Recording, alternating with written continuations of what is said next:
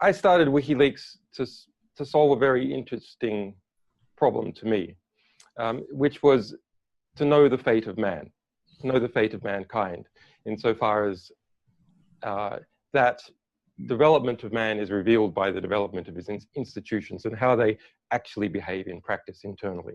And the great political struggle of mankind, insofar as it's been rational, and we all know politics is largely irrational, but the irrational part, I feel, is sort of random. And the rational part is based upon what we know about ourselves, what we know about each other, and what we know about how human resources are distributed and how human institutions behave and what sort of internal and external rules we engage in. So that's the purpose of WikiLeaks, to try and understand mankind, and then from that we can perhaps produce a better, or more realistically put, worse human civilization. But that's changing. Mankind, in some sense, just having a small glimmer of understanding about how it is progressing through the world, I think is now almost completely eliminated. And not in the way that I expected. We actually have access to much more knowledge about how we work than we ever did before. But it's been eliminated through the speed of informational processing, and therefore the speed of the change of knowledge. And that is rapidly moving into that algorithmic processing of knowledge is moving into artificial intelligence. And why artificial intelligence is just another kind of algorithm, I think the scale changes that have occurred in the last 7 years are significant enough to classify it as a qualitative change. And that qualitative change means a serious, in my view, very serious threat to the stability of human civilizations. Not that they should be too stable. And the ability for human beings to organize their fate in an intelligent manner. So I think you guys, in both these two dimensions, are able to do something.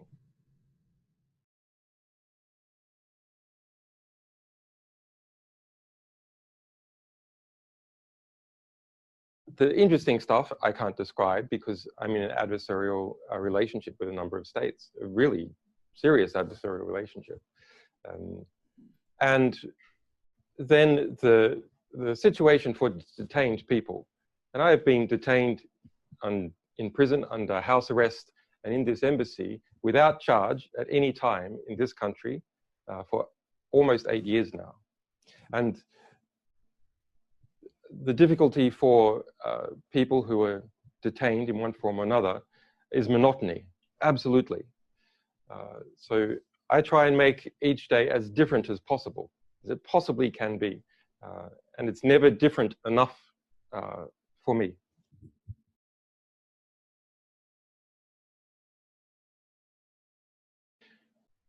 There's a shifting geopolitical constellation as far as the operations of WikiLeaks and other publishers are concerned that are trying to push the envelope. WikiLeaks is designed in its structure, well, because it kind of suits the sort of things I like doing, to be the boldest but still credible publisher. It's an interesting tension, that but still credible. By that, I mean, we're very bold, not so bold that we publish child pornography. That would certainly be bold, but it's not, I think, interesting and credible.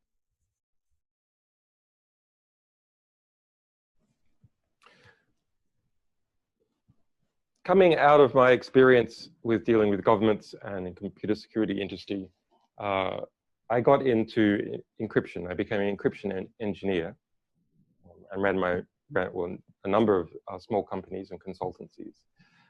And after a while, I viewed that the universe was hard enough to understand for human beings without going around encrypting it all the time. And that that in some sense that was to make human life harder to understand. And while I understood, and even in fact come back, I suppose, to embrace that earlier philosophical position of mine, that in a computerized civilization, encryption is the fundamental building block of liberty. I think that is clear. Very interesting philosophically as to why that is so. So I then instead thought, well, I should really tackle trying to decrypt physical reality. That sounds mad, but that's what physicists do, right? We try and decrypt physical reality to understand time and space, the beginning and end of things. And after a while, I felt I had, although physics is very wide, but I felt I had a decent enough understanding that the extra time put in wouldn't produce a great deal more understanding.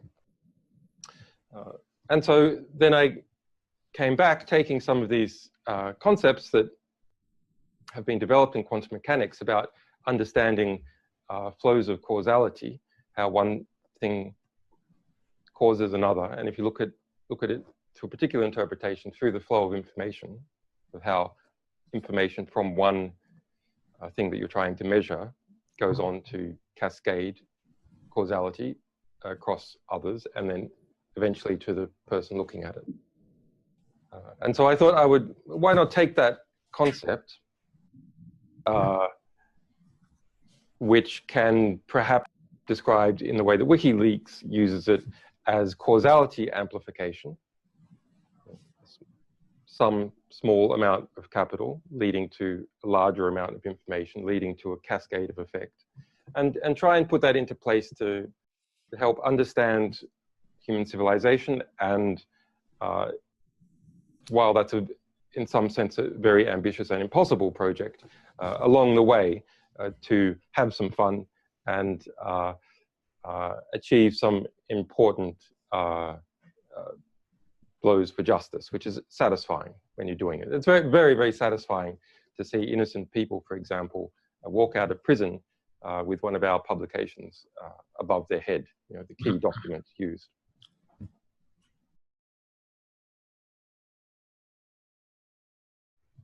Back in 2007, when I launched WikiLeaks, I don't know if people can bring their minds back to the cultural dynamics on the internet at that time.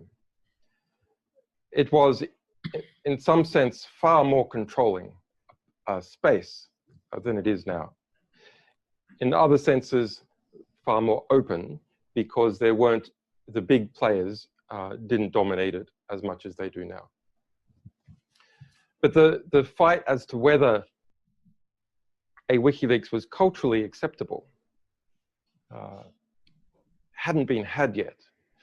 And through succeeding in that fight and defending the organization, we became, in a very unusual way, part of the status quo.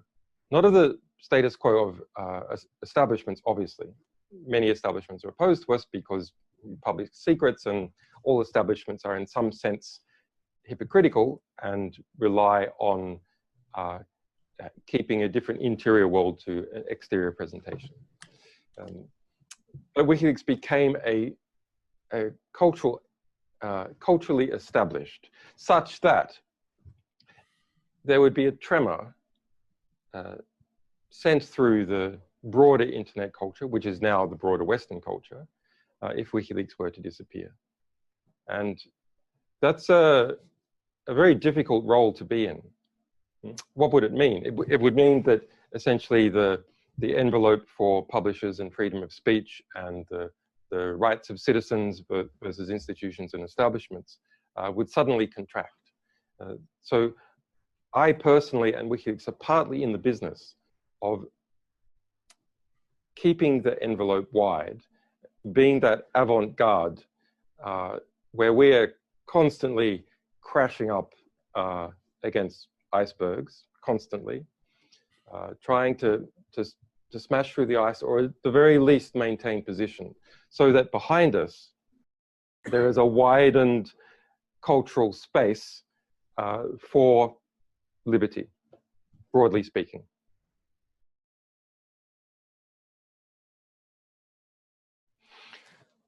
I mean, you've had some very good speakers that are speaking at the kind of practical, everyday computer security industry. So I'm not going to do that, probably because I wouldn't be that good at it. The WikiLeaks has a threat model, but it's a very high threat model. Absurd, in fact. I mean, the UK government, by the middle of 2015, admitted just one department alone had spent £12.6 million. It was very embarrassing, on surveilling me. It was very embarrassing, and so in response, they classified the budget. So the budget figures have not been released, and they certainly haven't been released for others. So that's a high threat level environment. It's very interesting, I suppose, all the means that we've come up with to deal with that environment, but they are in some sense unique to a small to mid-sized organization operating at the highest levels, of which I'm not sure that there are any others than us. I suppose that there are some independence groups and terrorist organizations, but at least on the terror side, obviously it's a different game from the one that we're engaged in. Okay, but there is a much bigger threat to everyone,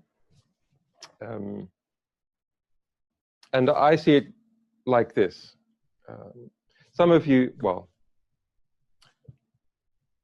at the time of the Los Alamos project, physics, Western physics, became harmonized, because you brought the different physics traditions from across Europe, the leading figures, to the United States and to Los Alamos, and then you had a harmonization of nomenclature and understanding, and those people then spread out.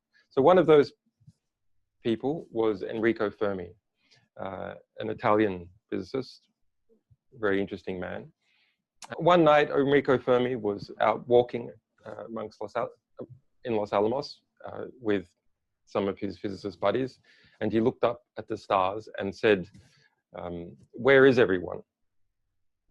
And so you're going to freak out a little bit, because yes, I'm bringing in the aliens into this part of the talk to answer this question. His question is very deep. It's that there don't appear to be any. And by appear, I mean there are no physical signs that we can detect in terms of what happens to stars. The energy seems to be constantly boiling off, being wasted into space. We don't hear radio signals. We don't see anything of civilized life. And yet, in the last 10 years, we see in the last 10 years,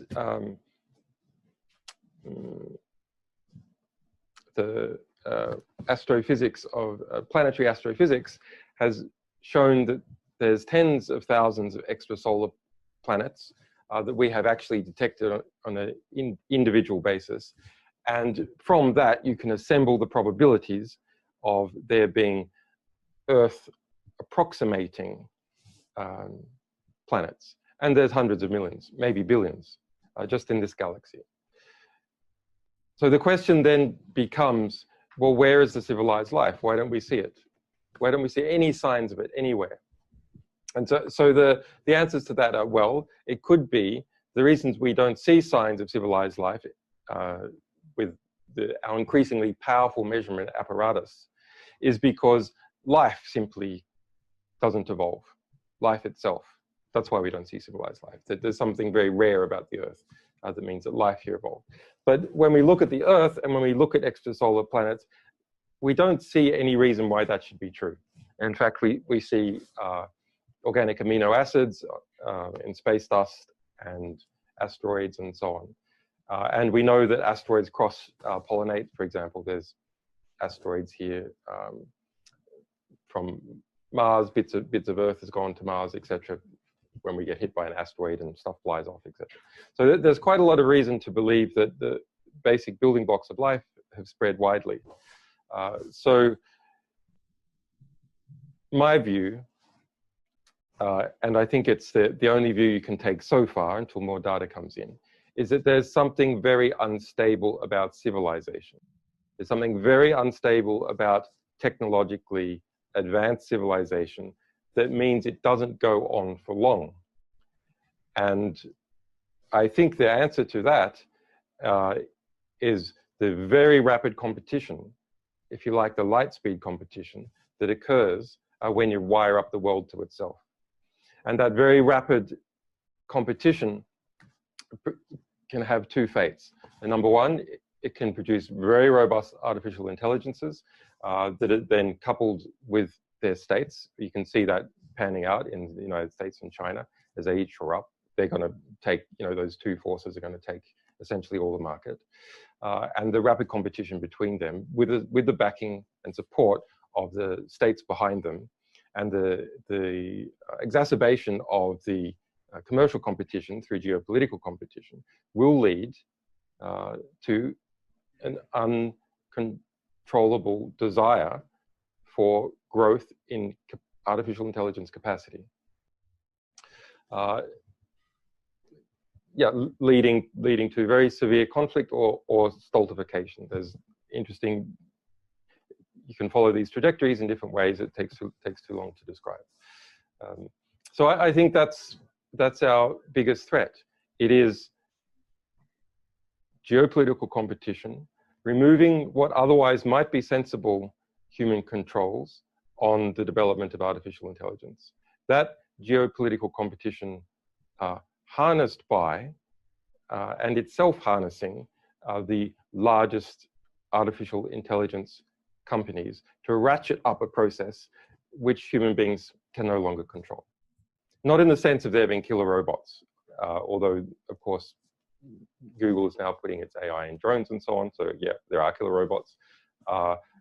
Not in this classic dystopian sense, but rather in a way that comes from understanding how human institutions behave, which is institutions that are built on competition and growing their size and dominating markets, etc., take any advantage they get and will continue to ratchet up in competition, and everything that they produce has that DNA in it. And that's where we're headed. And that's a severe threat to human beings in general and all businesses. But perhaps the answer to that threat is people understand computer security, offensive computer security in particular, trying to work out what to do about it.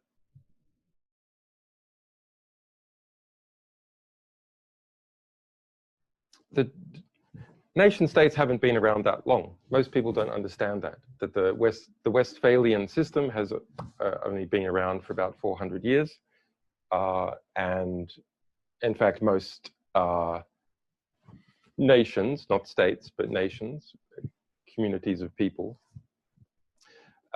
were not even in the Westphalian system for a long time. Now, you can think about why the Westphalian system, why the nation-state system developed. I think it's essentially that technology, including speed of transport, letters, radio communications, etc., meant that each center of organization attracted smaller groups of organization to it, and they grew and grew and grew and kept growing until they hit the boundaries of others also doing the same. And then there was conflict, and then borders were constructed either through, well, unless they were natural borders arose as a result of trying to dampen down the expense of that conflict.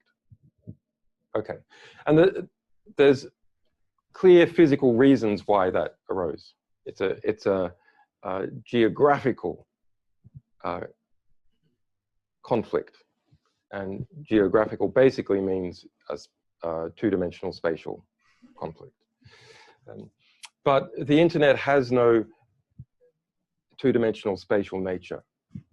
So instead, what you see with the conflicts that occur through internet-based organizations, and states are increasingly moving onto the internet, is a kind of interdigitization of conflict. That is, there's no border. And it's 220 milliseconds from New York to Nairobi. So why would there ever be peace in such a scenario? There's no border of peace within which there's greater cooperation. That's not easy to construct. Now, with cryptography, to the degree that it's well engineered, you can create some kinds of borders. In fact, that's what all institutions that are surviving on the internet and anarchic international space are doing. They're creating their own borders using cryptography. But the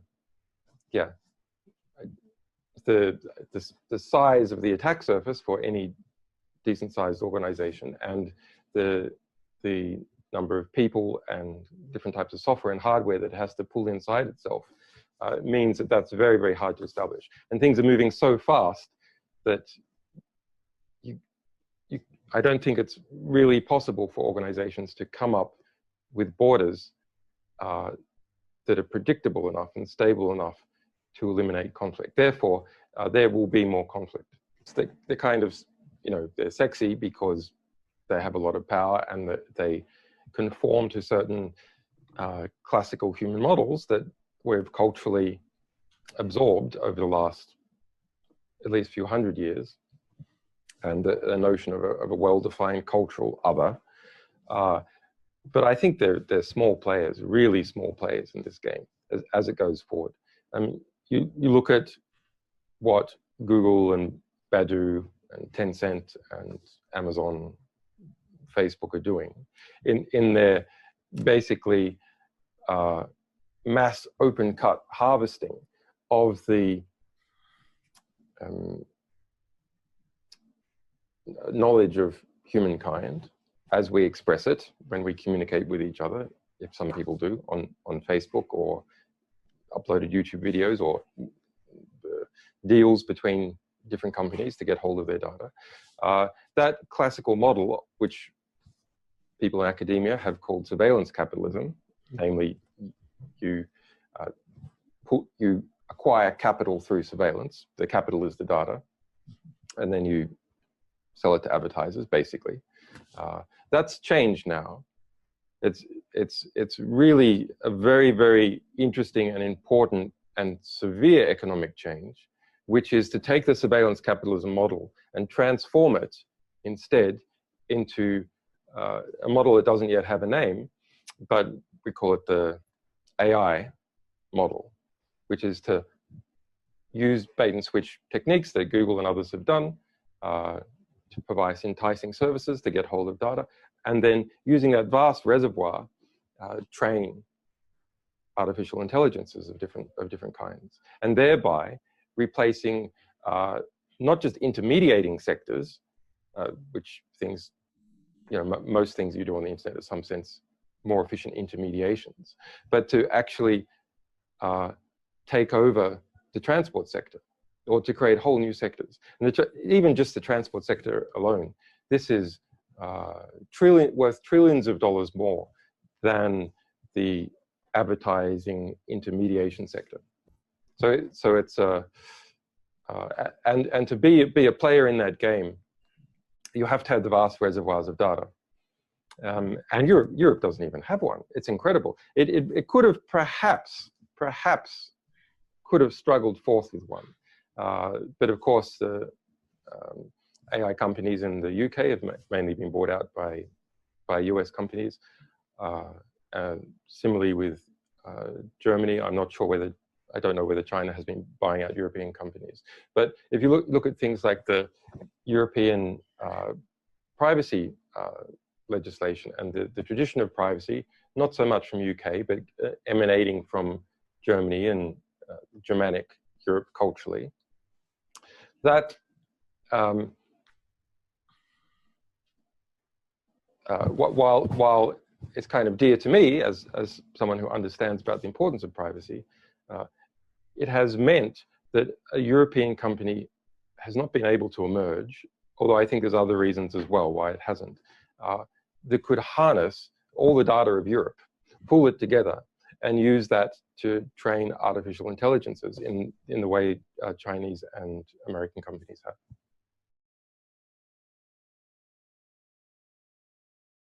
And it's an interesting question. I think it's, the answer is not terribly interesting and a bit obvious, which is vast databases of IDs are economically interesting to institutions for other reasons. And the centralization of those vast databases then makes the marginal cost of stealing each ID lower. And the globalization of principally commerce means that you can use IDs in more places. But let's kind of pull back and look at it at a more philosophical perspective. I say that this generation, or that perhaps our generation, but anyway, this generation being born now, in seconds in most countries, very shortly in most countries, and it's already happened in say, China, most European countries, the United States, is the last free generation. You were born, and either immediately or within, say, a year, you're known globally. Your identity in one form or another, coming as a result of your idiotic parents plastering your name and photos over Facebook, or as a result of insurance applications or passport applications, transport on airlines, etc. You are known to all the world's major powers, all the world's major state powers, and all the world's major commercial powers. That's a very different situation for individuals to be in than they have previously been in. That a small child now, in some sense, has to negotiate its relationship with all the world's major powers. Of course, in practice, it can't do anything. Its parents are not managing that negotiation. But it puts us in I think, a very different position in the sense that very few, in fact, maybe only a few people in this audience, very technically capable people, are able to able to live apart, to choose to live apart, to choose to go their own way. They must be part of not only the state, but the major state-like corporations, so powerful they may as well be states, and not just their own state, but other states as well. That's a significant change, cultural change for humanity. It smells a little. It smells a bit like totalitarianism in some way. Obviously, the world is different, but there's some feeling about it which is totalitarian. And so what is the answer for nearly everyone? That is an inescapable conclusion. So is the answer that we all have to be part of the state? We all have to be part of managing the ongoing evolution of our cultural, national, commercial, international structures, because we can't escape from them.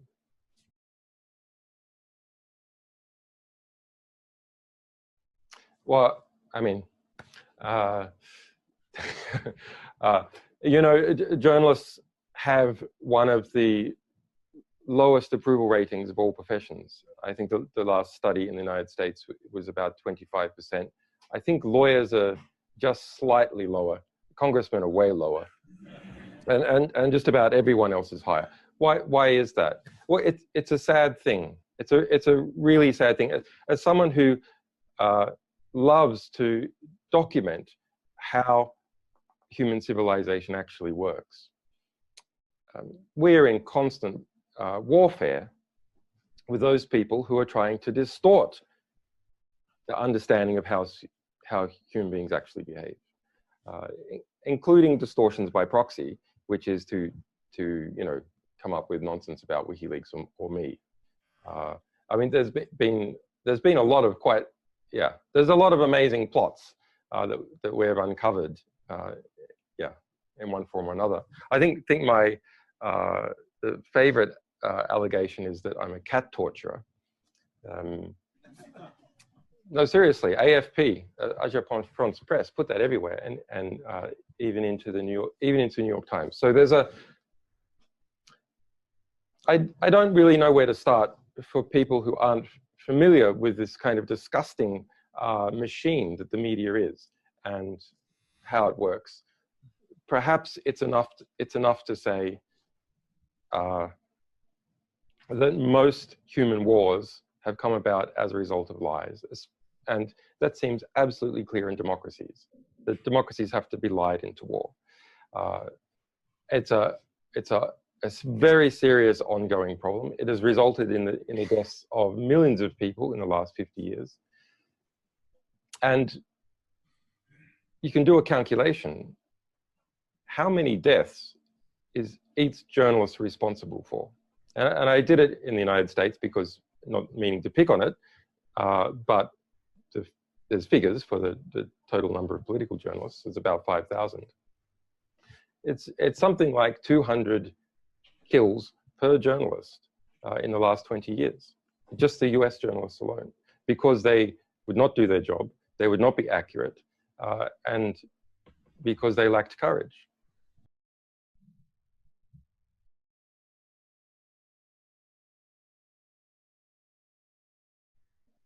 No, this is another one of these propaganda talking points. Not to criticize you, I know you're trying to give me something to bounce off. But the United States government had to admit under oath in the trial of Chelsea Manning in 2013 that it could not find a single instance of someone who had been physically harmed as a result of our publications to that point. Now, I should say that if you work on an industrial scale, everyone knows you work on industrial scale, then the world is big. And there's a lot of reverberating dynamics that you can never properly play out. It's the same for car manufacturers, it's the same for big publishers. But thus far, there's no example of that happening for us.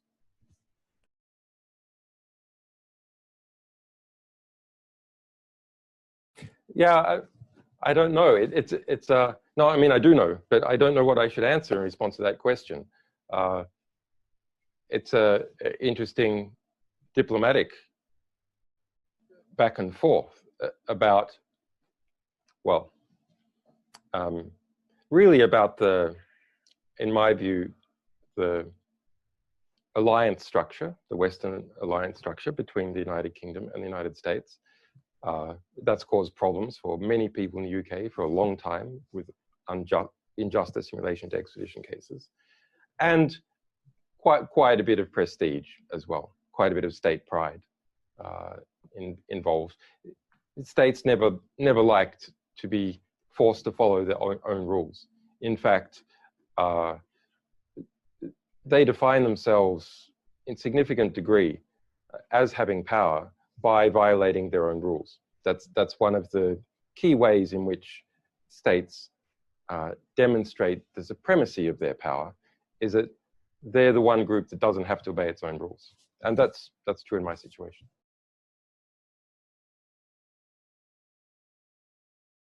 In the 10-year period is hard to predict. And that's the big problem. I don't see the National Security Agency, GCHQ, Five Eyes Alliance more broadly, France a bit, Russia a bit, China mostly domestically, have been engaged in mass surveillance. And the Five Eyes countries for, well, serious computational mass surveillance about 20 years. That's something that is of such scale that it strategically affects the development of human civilization. In fact, it's called strategic interception for exactly that reason. Now, strategic interception is slowly being degraded. And that was a very important thing to do. Because, and I guess some people can't see the reasons, but as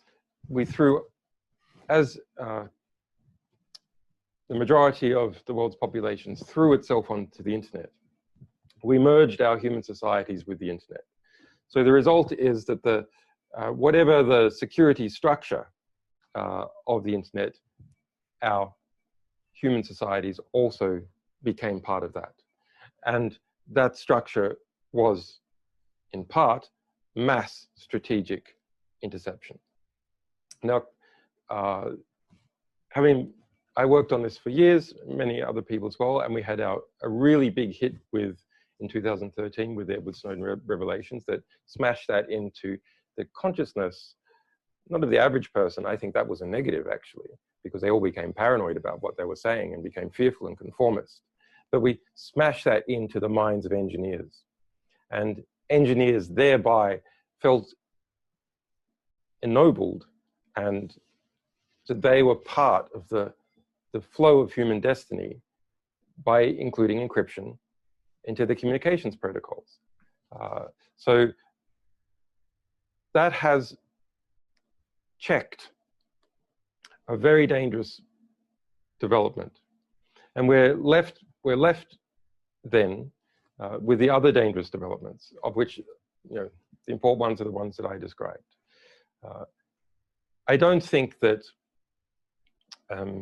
now, and perhaps in the next 3 years, we're going to see computer hacking at scale. People talk about it as if it's happening at scale at the moment. It's not happening at scale, not compared to strategic interception. But the AIification of computer hacking is something that will happen at scale because you're automating it. Now, within AI, how you train AIs for discrete problems, and computer hacking, many aspects of it is a discrete problem. There hasn't been significant progress on, in my view. What there has been enormous progress on is how you kind of map through a space which is in between a fluid problem and a discrete problem. And so an example of a space like that is the game of Go. That's a very good example toy space where each step in Go is discrete, but you've got enough pieces and enough board that it almost starts to become a fluid. And when you assemble all the computer hacking techniques together, there's so many and so many targets that now you're starting to look like, now you have a search space that starts to look more like a fluid. And these search spaces we can increasingly conquer. And when you have very large computer programs, and I suppose when you fuzz large computer programs, if they're large enough, you have enough discrete chinks in the attack surface that altogether they're more like a fluid. So I think inevitably we're going to see this AIification of computer hacking attacks, and that will then be merged with other search spaces. And those other search spaces look like, well, what is the informational space? Because in the end, what you really want is machines and human beings to make particular decisions. So you bring to bear, you acquire as much knowledge as possible, and then map it back in onto the actors whose decisions you want to affect. And so there's a lot of talk about hybrid warfare. some of it legitimate, some of it overblown. It's actually been something that's been around for many, many years. But I think this notion of bringing together different search spaces in AI that are large enough to have a semi-fluid property means that you can then go through the search spaces of all of them together. And that can produce something very powerful and, from a human perspective, completely incomprehensible.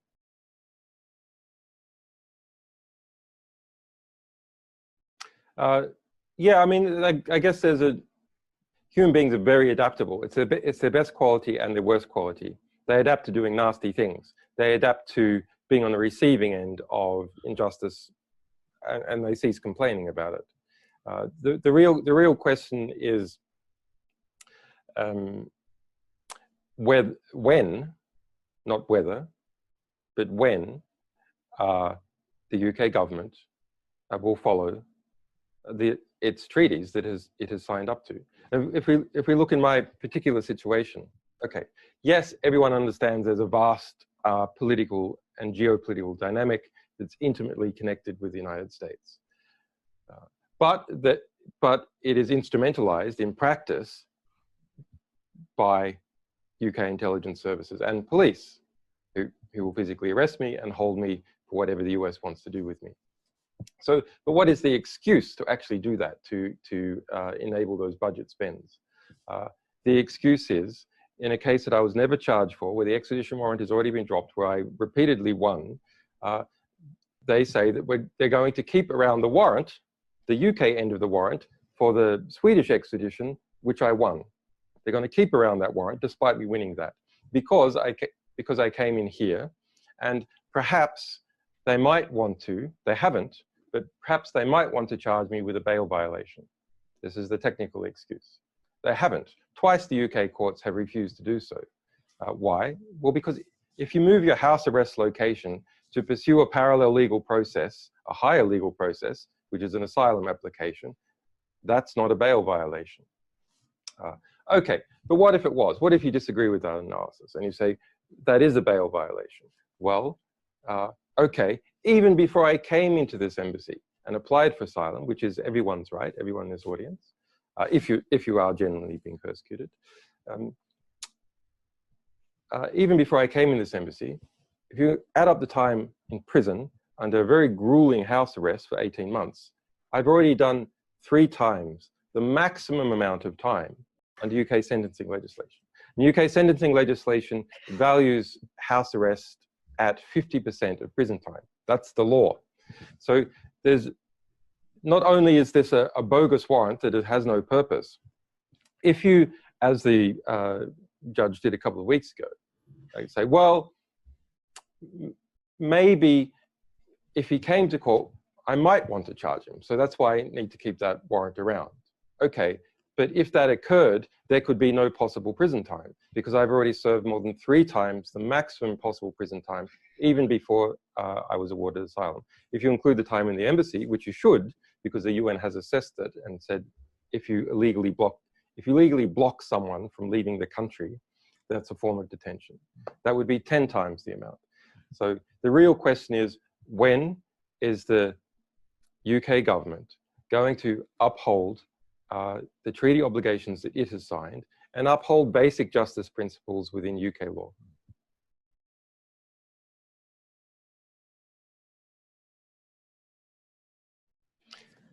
Well, we've published a series called the Spy Files that documented these conferences, private government conferences, where the different mass surveillance vendors and targeted hacking vendors like Gamma Group present their wares. And actually, there's quite a lot to be gleaned from that. And whenever you're talking about a big, well, a sizable industrial sector, it's impossible to really hide its shadows now. You always see the shadow. You don't always see the thing, but you can see, you know, a little shadow of a foot sticking out somewhere. And through that, you can map out some of the contours. That is an indirect enough process and a conflict-free enough process that it is kind of hard to get the public really involved in it. We had done all that, for example, before the Edward Snowden publications. And the conflict in the Edward Snowden publications is what really drew people in, because it's not simply that WikiLeaks was saying it was important, or Glenn Greenwald was saying it was important. It's that the President of the United States was saying it was important. Look, this is an outrageous situation. And so people went, oh, so power is concerned about this, therefore it in itself must be powerful. Yeah, I think it impinges on a deeper question, which is, the world is complex. How much of it do you need to know directly, and how much of it can you delegate? Now, I love the idea of intelligence agencies. I'm a fan of the idea of intelligence agencies because it has the word intelligence in it. And I like that people know things. And maybe they might make sensible decisions if they know things. Intelligence agencies, when they're acting their best, reduce fear and reduce paranoia. Because if there's something that you don't know, hype merchants can fill this black box with the most terrifying possibility of what might be in there. But if you really do know another state's weapon systems and capacities, etc., it might reassure you that actually they're not as bad as the most catastrophic scenario. And so they can actually contribute towards peace in that way. The problem is, it's a principal-agent dilemma. So this is a classical problem when dealing, say, with lawyers, which is you hire a lawyer to work for you and represent you and act in your interest. But of course, the lawyer is also always trying to act in their own interest and inject their own interest into your equation. So how do you police that? How do you police it with lawyers? Well, you police it by constantly looking at their work and trying to do random samples, I guess, introspecting into their work to see if the claims made are justified. That is the fundamental problem with intelligence agencies, and it's the fundamental problem with delegation of assessment about how the world is working. You can't completely delegate. You can't delegate because human beings inevitably are corrupt and cut corners and act in their own interests and not of the person who has appointed them. And in that case, for example, in the UK intelligence services, which have a role, an important role, every state needs something like an intelligence service to protect it from interference by other states. But without insight, deep insight into how those organizations are acting, they go astray. So intelligence agencies must be transparent. It's vital that they are transparent. And some of that, and because they are deeply interconnected with industry, some of that transparency is provided by enforcing transparency on the industry itself, including at these conferences.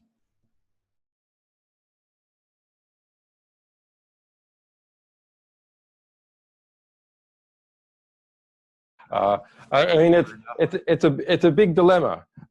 One of our lawyers, who of course we will have to educate them about, different counter surveillance techniques.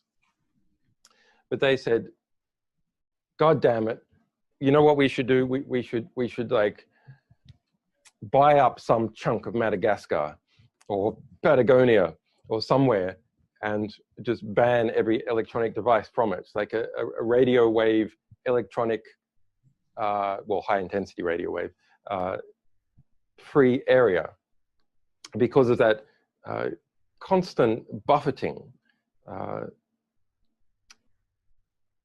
we have by principally commercial organizations trying to harvest our interactions with the world. That's the that's the principal economic model that all these AI companies have had and the traditional surveillance capitalism companies have had. And the number of degrees of interaction, so what do I mean by that? If you kind of imagine a space of interactions, the number types of interaction, the frequencies of interaction between you and everything else in the space, is dramatically increasing. And in a way, you can consider each one of these degrees of freedom is kind of like a triangulation. So to triangulate something in a two-dimensional space, well, okay, you just need two directions, two signals, directional signals. But we are giving off, if someone is using a mobile phone, for example, we're probably giving off a couple of hundred of these on average per second. Something like that. Maybe not quite as, maybe a dozen, perhaps. Although if you do video, of course, there's vast amounts more. So anyway, between dozens and hundreds of measurements, we are emanating constantly. And so if you collect those together, you can effectively triangulate someone's activities and behavior. And I don't think by chopping out many of them or adding kind of chaff, cover, that you can make that much of a difference. And increasingly it's less. And in terms of the Internet of Things, there's research prototypes now, which I assume are being used by intelligence agencies, of very small electronic circuits that you can just put in paper or put in paint or on the walls that are powered by the GSM stations. And they operate as the GSM radio wave passes through them. It gives them enough power for a very small amount of time to do things. So obviously that tendency is going to continue. It's not like the Internet of Things. It's if you like, intelligent evil dust scattered everywhere, like confetti in everything. So I think it's increasingly hard for human beings to work out how to deal with that. And the only way I can see is that we've got to securitize this problem.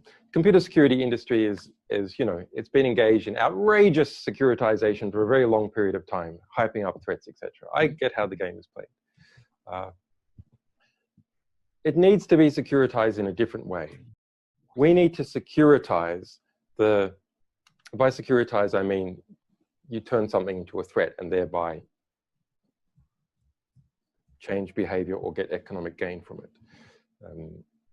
So we need to securitize the threat to elites by these developments. The people who run these companies, it's a threat to them. It's a threat to the most powerful people in society.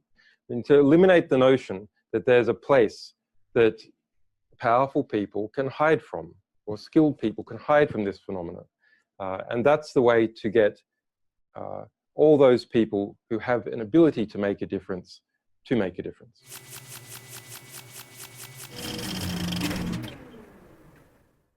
I'd next like to invite to the stage someone who's taken a particularly heroic stance in defending us against torture. He's serving as the United Nations Special Rapporteur on Torture. He's also a fellow academic and a professor at the University of Glasgow and holds the Human Rights Chair at the Geneva Academy of International Humanitarian Law and Human Rights in Switzerland, Professor Niels Melzer.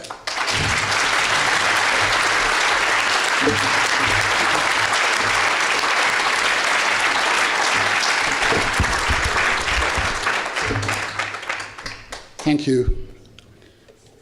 And thank you for organizing this event. It's good to see fewer and fewer empty seats.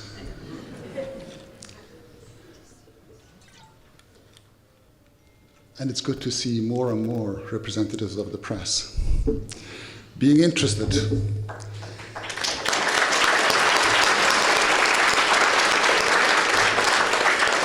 I have said many things about this case. I have come a long way myself in this case, and I've written many things about this case. I'd like to start with a metaphor that I have used yesterday and at other events, and that describe to me and help us understand what's really going on here. This room is big enough to house a couple of elephants, but let's just say we have one elephant in the room.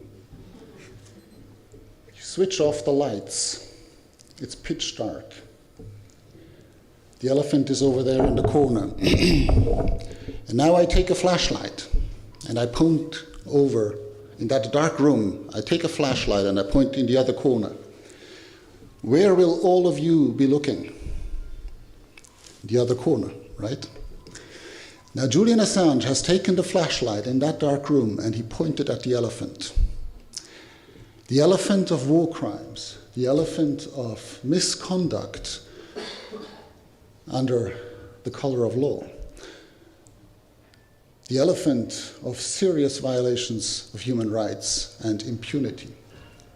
He's pointed his spotlight at this elephant, and the elephant, as a deer in the headlights, was frozen for a couple of moments, a couple of weeks. Everybody was discussing these revelations.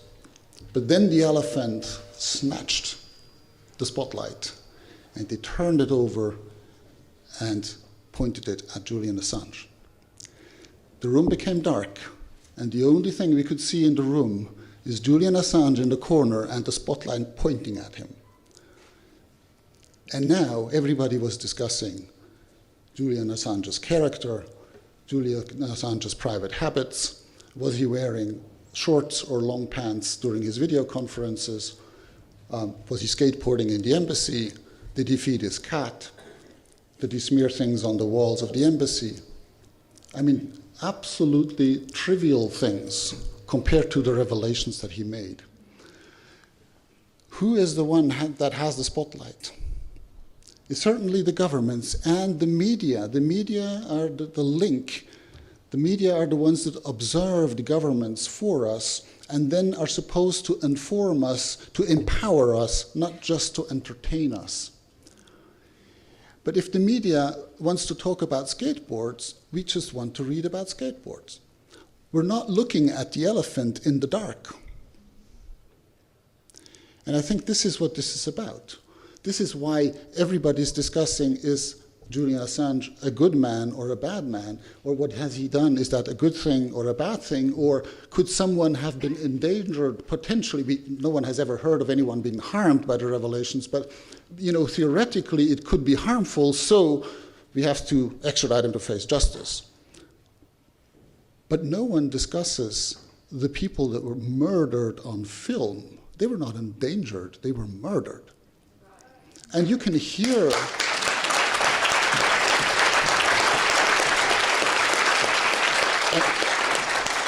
and you can hear the soldiers commenting. Now, I've been a legal advisor for the International Committee of the Red Cross. I've worked in war areas, and I know that civilians can arm themselves, can become dangerous, and become legitimate targets. Even if some of these people were carrying weapons, once they are wounded, they are protected. Wounded combatants cannot be targeted. Targeting wounded combatants, even if they are combatants, regardless whether they're civilians or not, once they're wounded, targeting them becomes a war crime. We can hear the soundtrack on that video. Oh, he's wounded. Fire. Yes, and then here comes the minibus. The driver wants to rescue these people, and then they're asking for permission to engage, knowing very well that they're shooting at rescuers. It's a war crime. It's not a potential war crime. It is a war crime. And who has ever asked for the prosecution of that war crime? We have the Senate committee report, 7,000 pages of evidence of systematic torture in the name of the US government. It's not true that no one has been prosecuted. There is one CIA agent that has been prosecuted for it. His name is John Kiriakou. He is the whistleblower who actually disclosed it.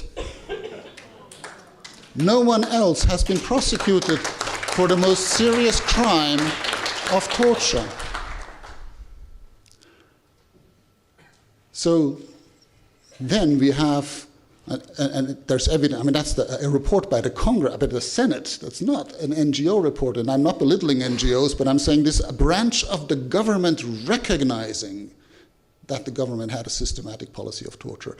And there is an absolute unconditional legal obligation in the Convention Against Torture that was ratified by the US to prosecute every act of torture. It has not been done.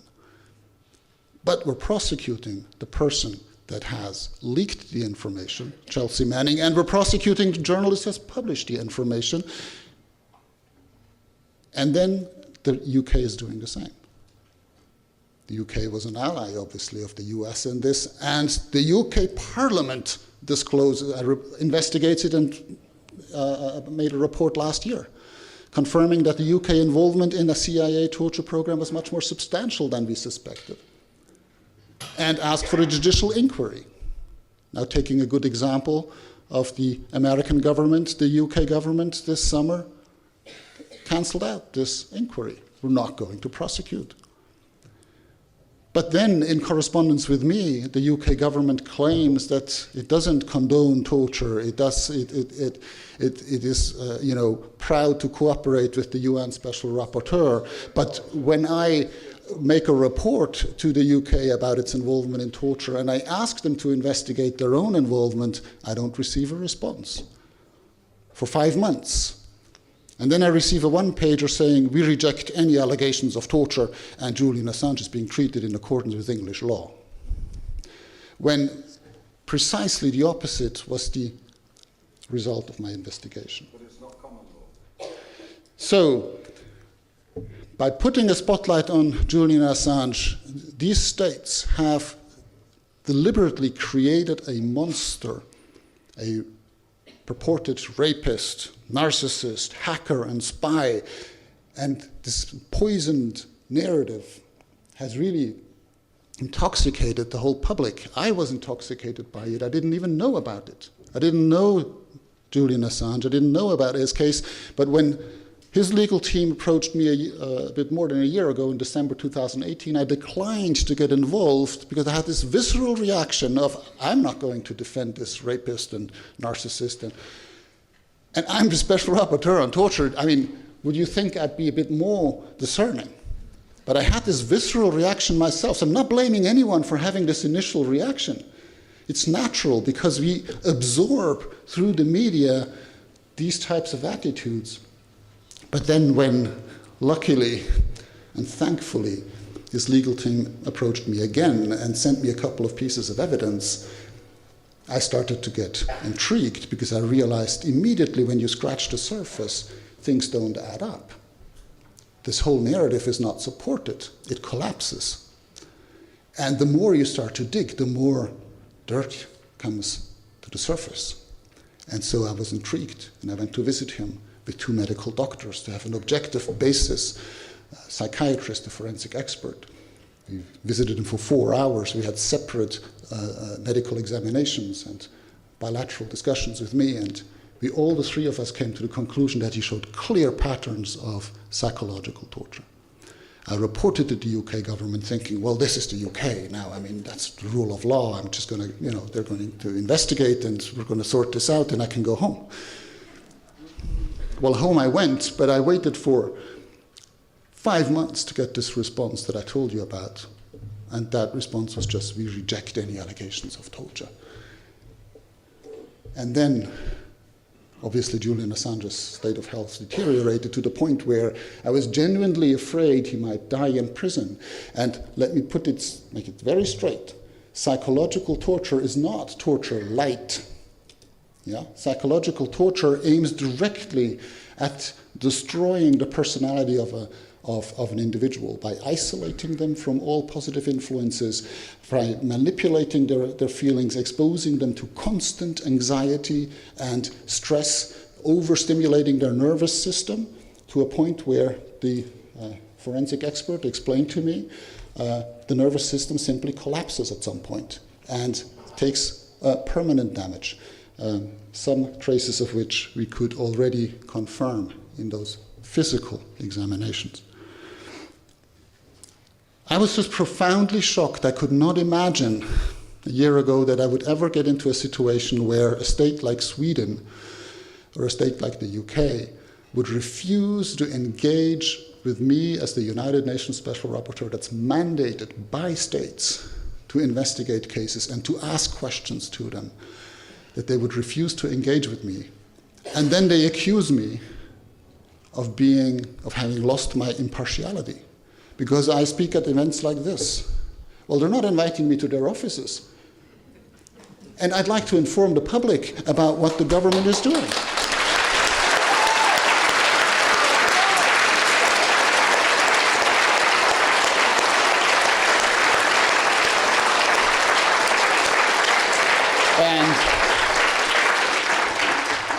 And I take pride in the objectivity of my investigation. I was reluctant to visit Julian Assange. If I was partial against him. I didn't expect to find anything, but I wanted 2 medical experts to confirm it to me. Well, they confirmed something else. And I immediately recognized the patterns myself because I've been visiting prisons for many years. I visited political prisoners in the Middle East, in the Balkans, and they all showed this type of pattern after a couple of months. So I was objective, I was neutral, I was impartial. But once I have investigated and I have identified someone as being a torture victim, I'm not neutral between the torture victim and the torturer.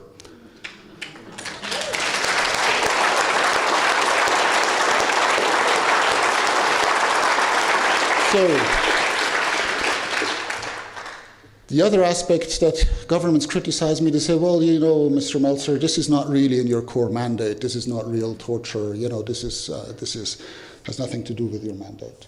Well, let me just tell you, there are 3 aspects that are absolutely at the core of my mandate. This man has exposed torture, and this torture has not been prosecuted. That's a violation of the Convention Against Torture, and that's in my mandate.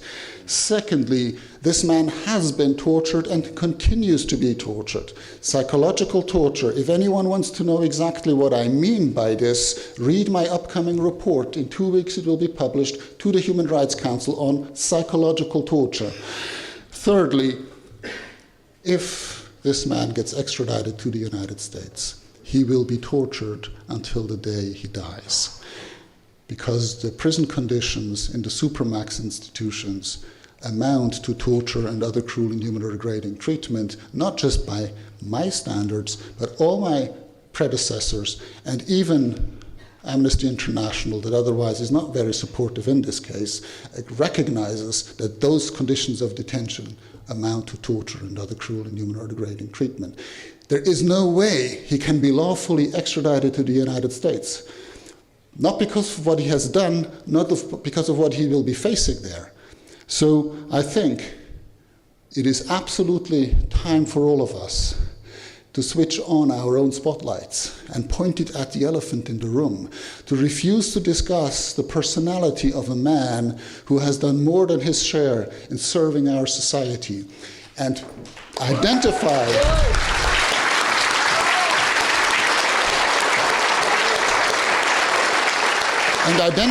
what really is the issue here.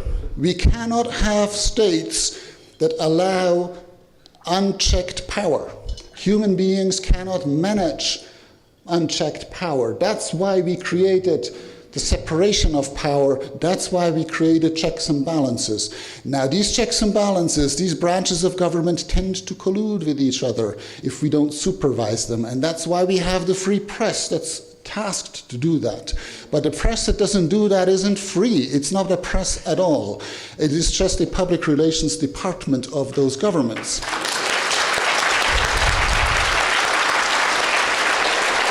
And that's why the emergence of WikiLeaks is just a natural consequence of the media failing to do their job, because someone needs to inform and empower the public. And now it is up to us, because it is about Julian Assange, but it is much more also about all of you and your children and your families. And 20 years from now, will you still be able to know the truth about what your government is doing? Or when it has become a crime to inform you about what your government is doing with your tax money to other people that have not done anything wrong in their lives? So it is up to us. We have to take our spotlights in our hands and point it at the elephant. Thank you very much.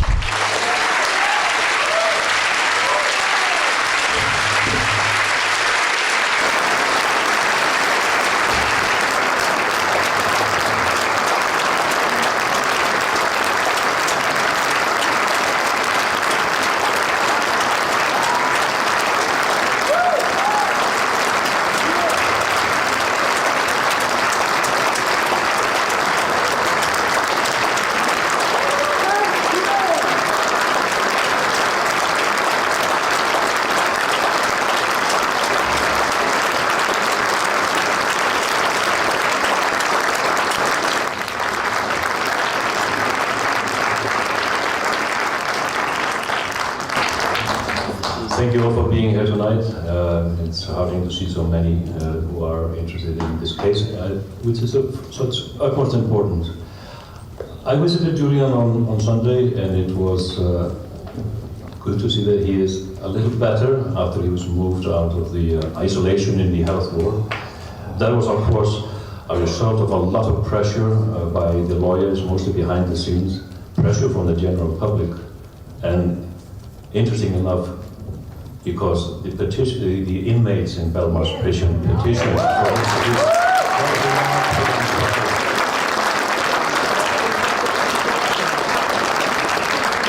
we live in a world where the prisoners in Belmarsh have more humanity than most people in government.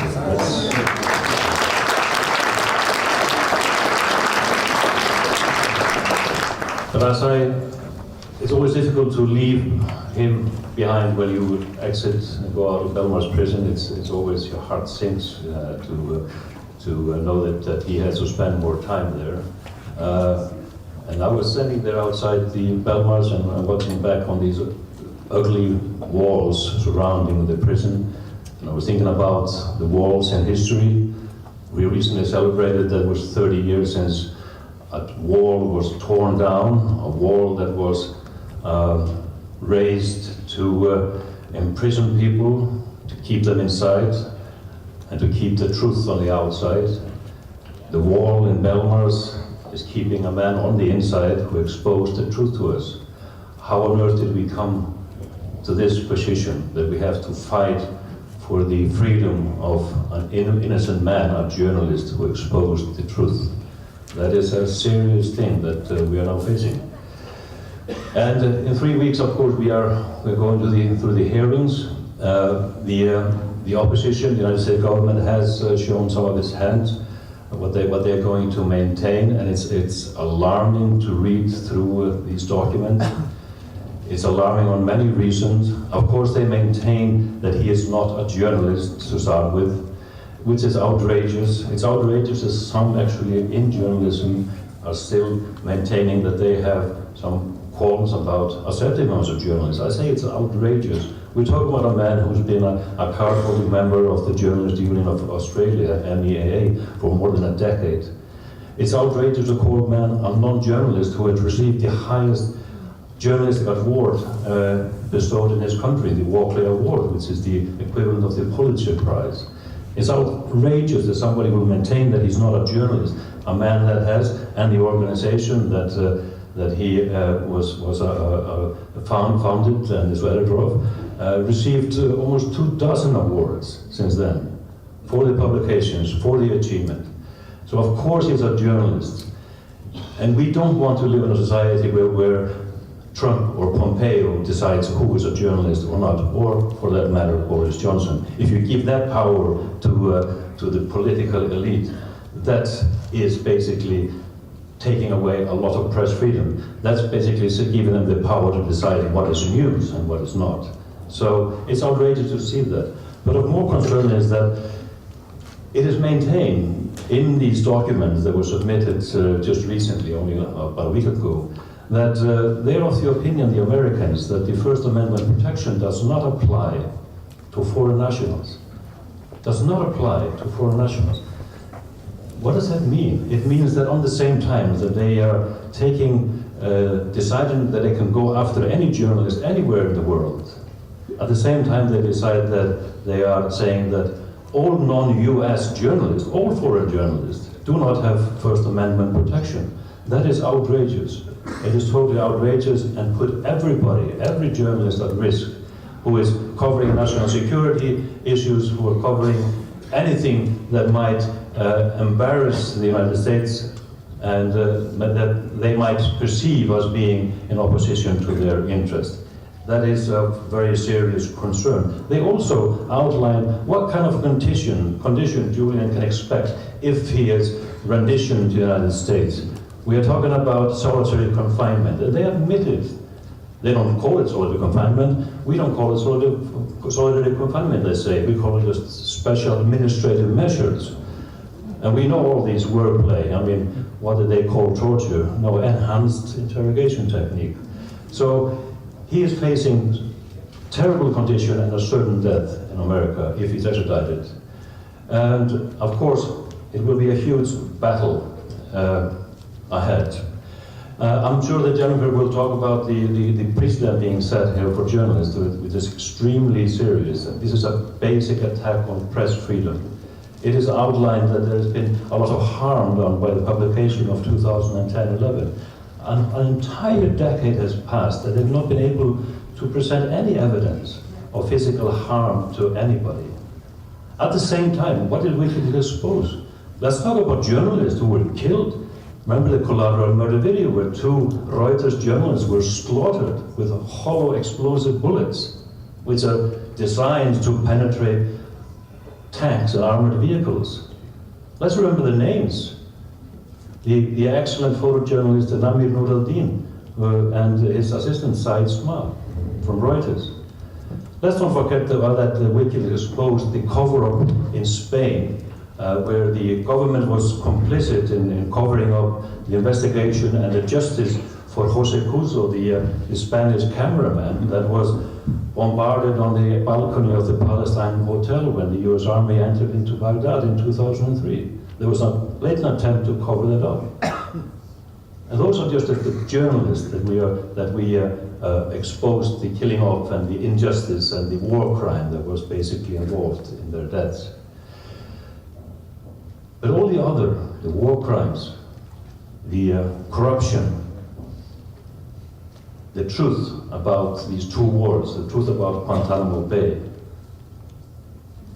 that is now what he is being tried for. That's what they want him dead in basically US prison for. And make no mistake about the political angle here.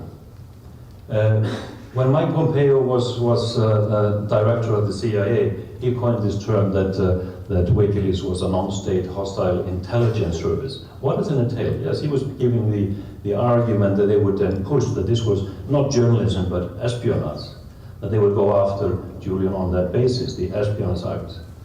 Equating journalism and telling the truth with espionage, that's what a signal is that to journalists? Pompeo, of course, his fingerprints are all over the Julian Assange case. And now we know that he is going to be running for a Senate seat. And who is going to be his primary backer? That is a casino magnate called Adelson. Incidentally, that's the same person who actually financed the disgusting espionage in the Ecuadorian embassy, the Spanish firm that was supposed to be looking after Julian and his security, but spied upon him.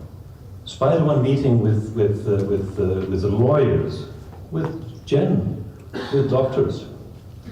So to connect the dots, this is the political corruption we're dealing with. We are dealing here with a political persecution. This has nothing to do with justice. Military as well. Military. Yes. But we need to fight. We need to fight and tear down this wall around Julian. We need to free him. And I remember when shortly after he was arrested, we asked him what to relay to the journalists outside. What should we tell them? And his remark was, Well, tell them it's not about me, it's about them. It's about the future of journalism. It's the gravest attack on journalism that I have seen in my lifetime, and the most serious attack on journalism in latter times. And if this goes ahead, if this extradition goes ahead, we are entering into a new dark ages. And that is, we have to fight, we have to team together everywhere. Thank you.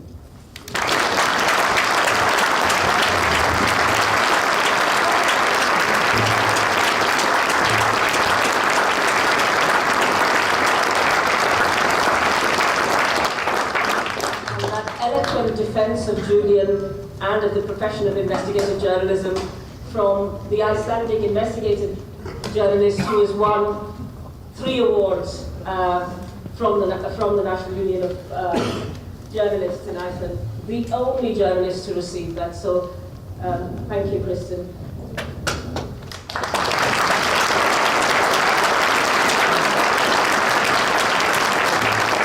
Our next speaker is Jen Robinson. Jen is a barrister with Doughty Street Chambers in London. She's a member and advisor of Julian Assange's legal team, and she recently provided expert advice on international law to the UN inquiry into the death of journalist Jamal Khashoggi. I'd also like to welcome to the stage Richard Bergen, who has joined us after another meeting.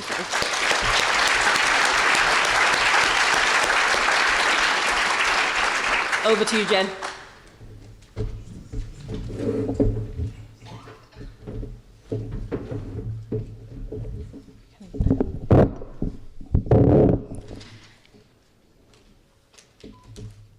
We are facing a situation where a journalist and an editor faces 175 years in prison for publishing truthful information, for the very publications for which he's been nominated for the Nobel Peace Prize.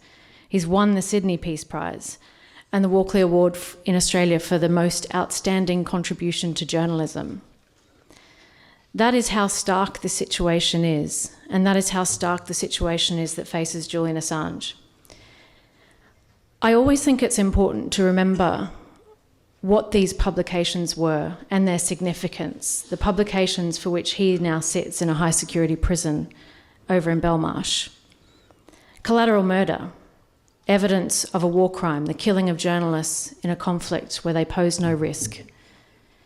The Afghan war logs, the Iraq war logs, evidence of torture, the mistreatment of political detainees, the killing of civilians far beyond what the US government was reporting to its own citizens and to the world. Cablegate, the diplomatic cables that revealed the true nature of US imperialism, the fact that the United States was ordering the spying on UN diplomats, corruption, torture, human rights abuse, war crimes the world over. These are the publications for which he sits in prison. This is the very same material for which WikiLeaks and its media partners have been recognised the world over with journalism awards. This is the same material that has been cited in the European Court of Human Rights to hold European states accountable for their complicity in CIA renditions. This is the same material that was cited both before the UK Supreme Court in this country and the International Court of Justice in the Chagos Islands case, setting a precedent that WikiLeaks cables can be used as evidence in human rights cases around the world, and certainly in this country and in the Commonwealth. I think it's also important to remember that Julian sits in prison for the same publications which were published together with media partners around the world: Der Spiegel, the New York Times, The Guardian, Le Monde, El País. But so far, Julian is the only person that is facing prosecution for these publications. At least so far. Since 2010, we've been warning about what this precedent would mean. As the New York Times General Counsel has said, it is impossible with respect to these publications to distinguish between what WikiLeaks did and what the New York Times did. For that reason, we'd been saying for years that the media needed to stand with WikiLeaks to defend against this precedent being set, because it would have a chilling impact on investigative journalism the world over. Now that we have the indictment from the United States, the very thing that we warned about since 2010, we can see that this indictment is an effort to criminalise journalists for stock standard communications with their sources, for receiving and publishing information in the public interest. This is, as the New York Times and the Washington Post recognised, the criminalisation of typical journalistic practices that have been used for decades in the public interest. We talk about what this case means, and I think we need to talk about what it means for both for journalists and editors around the world with respect to the United States, and what it says to other countries. This precedent that the Trump administration is pursuing means that any journalist or any editor anywhere in the world who receives and publishes truthful information about the United States could be extradited and sought for prosecution in the United States. What does that say to China or to Russia or to Saudi Arabia? How would we react in the UK if a British journalist published secret information that they'd obtained about the murder of Jamal Khashoggi from Saudi Arabia, and then was sought for prosecution and extradition to Saudi Arabia to face prison, let alone 175 years in prison for having published that information in the public interest? There would be outrage, and rightly so. Already we're seeing in Bolsonaro's Brazil, American investigative journalist Glenn Greenwald is now being prosecuted on precisely the same case theory that the United States is running in this case. That is, that journalists can be criminalised and accused of conspiracy for the alleged illegal acts of their sources in revealing information in breach of their own legal obligations. That is a dangerous, dangerous precedent. It may now be Julian and it may now be Glenn Greenwald, but who will be next? I think it's important that Kristen referred to the semantics being used by the CIA. In 2017, it was Mike Pompeo who said, as director of the CIA, that WikiLeaks is a hostile non-state intelligence agency. This kind of semantics is the sort of thing we've seen from the US government in other contexts to justify previously unthinkable action. Whether we talk about torture and the phrase enhanced interrogation techniques, a term used to politically justify what is an unacceptable and illegal practice.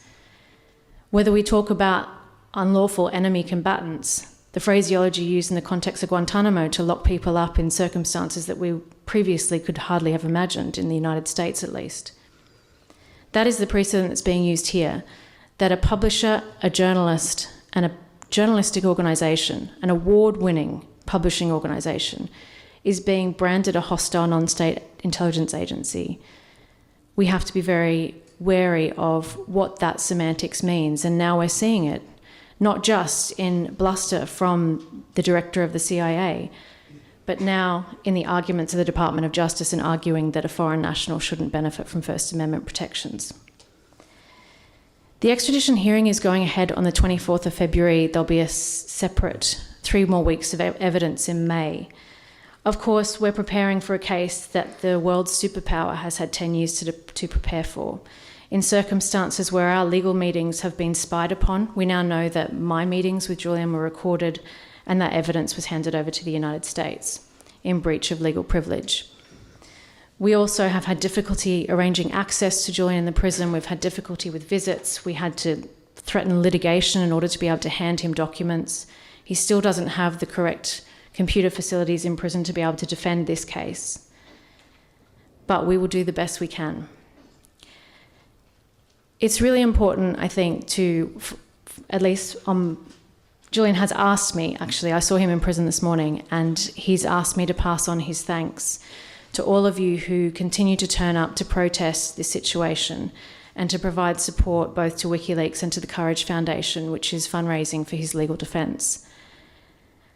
One of the things that I've struggled with as someone who has been working on his legal team for the last decade, I walked him into the police station in December 2010. He has been under some form of restriction on his liberty since that time, whether it be under house arrest, within the embassy, and now in a high security prison.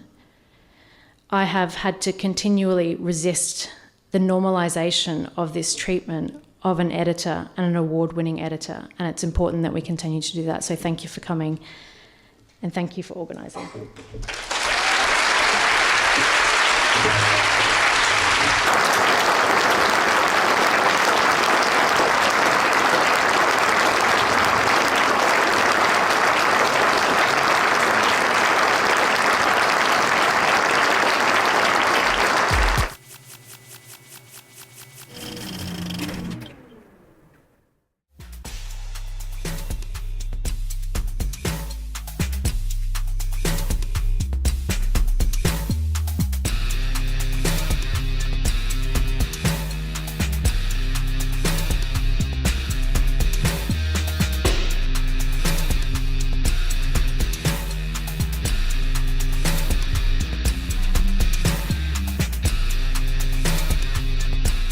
You're probably going to visit Julian Assange at some point in prison or at some point in the future. What is your message to him? And also, what can you tell our viewers who want to do something about it? What can they do tomorrow?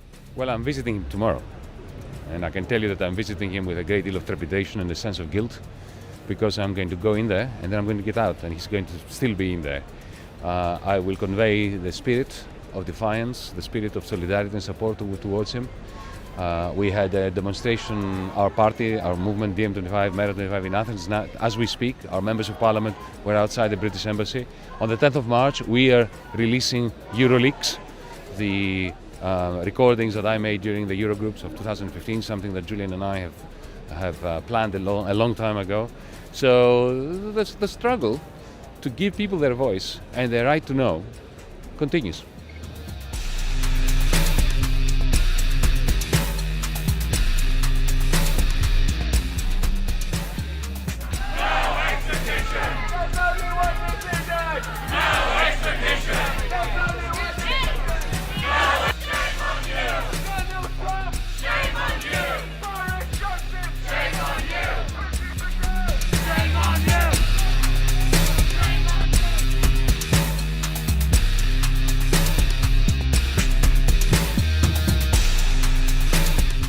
Every single human right of Julian's has been arbitrarily broken. Distortions of procedure, falsification of witness statements, the lot, the whole rotten lot of it. We believe that your presence, the presence of the observers, and your strength of will buoy us up to make it plain to the Crown Prosecuting Service that extradition best be dropped now. Thank you very much. The US wants to rule a totalitarian world. Right now, the government of America, for the government of America, people are the enemy. Free Assange, rock and roll. You work for Al Jazeera. Why are you here to support Julian Assange? Because usually they say journalists have to be objective and should not take an opinion. Why is this matter of great importance to you? You know, it's funny because I've been covering demonstrations for 40 years. I've been in the business that long. Today is the first demonstration I actually felt a part of. And I felt a little bit uncomfortable about that. Because as you mentioned, journalists are supposed to be objective. But this story is essentially about journalism. It's a field I care about. And I did 25 years of work in journalism, just on journalism, and now I cover journalism. And I don't believe there is a more important story, a bigger threat to journalism on the planet today than the Julian Assange case. And when the lackeys of the American empire come to take him, to destroy him, and hang him in the hedge as a warning to frighten future journalists, we will look them in the eye and steadfast, with one voice, we will intone, "Over our dead bodies!" You know, his conditions of confinement have changed. He spends about 20 hours a day instead of 22 hours a day. his conditions have changed. He's now with 40 other prisoners. So it's important for human beings to be able to speak to each other. Okay. But his health hasn't changed. His, the United Nations Rapporteur on Torture report is accurate, and there's an offer being considered by the Canton of Geneva in Switzerland to extend a humanitarian visa to Julian, because they have specialists in the hospital in Geneva who specialize in treating victims of torture, of psychological torture. So that's how it actually is. I am ashamed to be standing in the country among the institutions of the power of a country which tortures a publisher for publishing the truth, when the people who committed the crimes which he exposed are still safe, still employed by the state, and still in positions of power. This must not be allowed to stand. You've picked up from the 4th of February, now this is becoming a movement. Could you talk about how the demonstration went today for Julian, to stop the Julian Assange's extradition? What was your take today? Well, I think it was a very important demonstration. Obviously, it comes at a very important time, immediately before the beginning of the extradition trial on Monday. I think it shows that the movement is growing. Over the last few months, it's grown from some tens or 20s of people protesting to hundreds, to thousands, to some many thousands today, I think, out. I think the platform was very impressive to have Yanis Varoufakis, Chrissy Hine, Brian Eno, Kristen Hofsten. You know, that's an impressive breadth of cultural and political figures speaking up for Julian Assange. And I think it's at a time when it's also beginning to become more mainstream in the Labour movement. We've seen very important interventions from Jeremy Corbyn in the House of Commons. We've seen John McDonnell become the first UK MP to visit Julian. So I would say this is a campaign which is now very definitely got the government under siege over this issue. People usually will ask, yeah, do something, but what should I do? What could you just list some concrete steps that people could start? Let's start with the easiest thing that people could do and go down all the list just briefly. Okay, if you weren't here today, there are going to be many, many social media posts of the speeches and the demonstration itself. Get sharing those. Share the link to the campaign, to the DEA campaign, the Don't Extradite Assange campaign. Donate money. We always need money. Indeed, the legal team need money. So any campaign, any movement, but definitely this one needs money. Give us some money. Turn out at Belmarsh on Monday or any day next week when the trial's going on.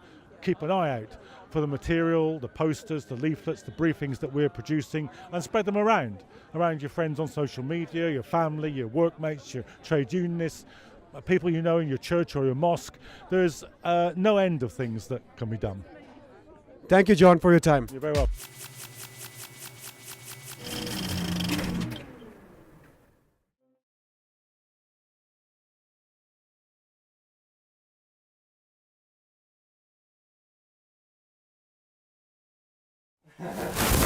Hello, sweetheart. Who are all these people? Come say hello. Hello.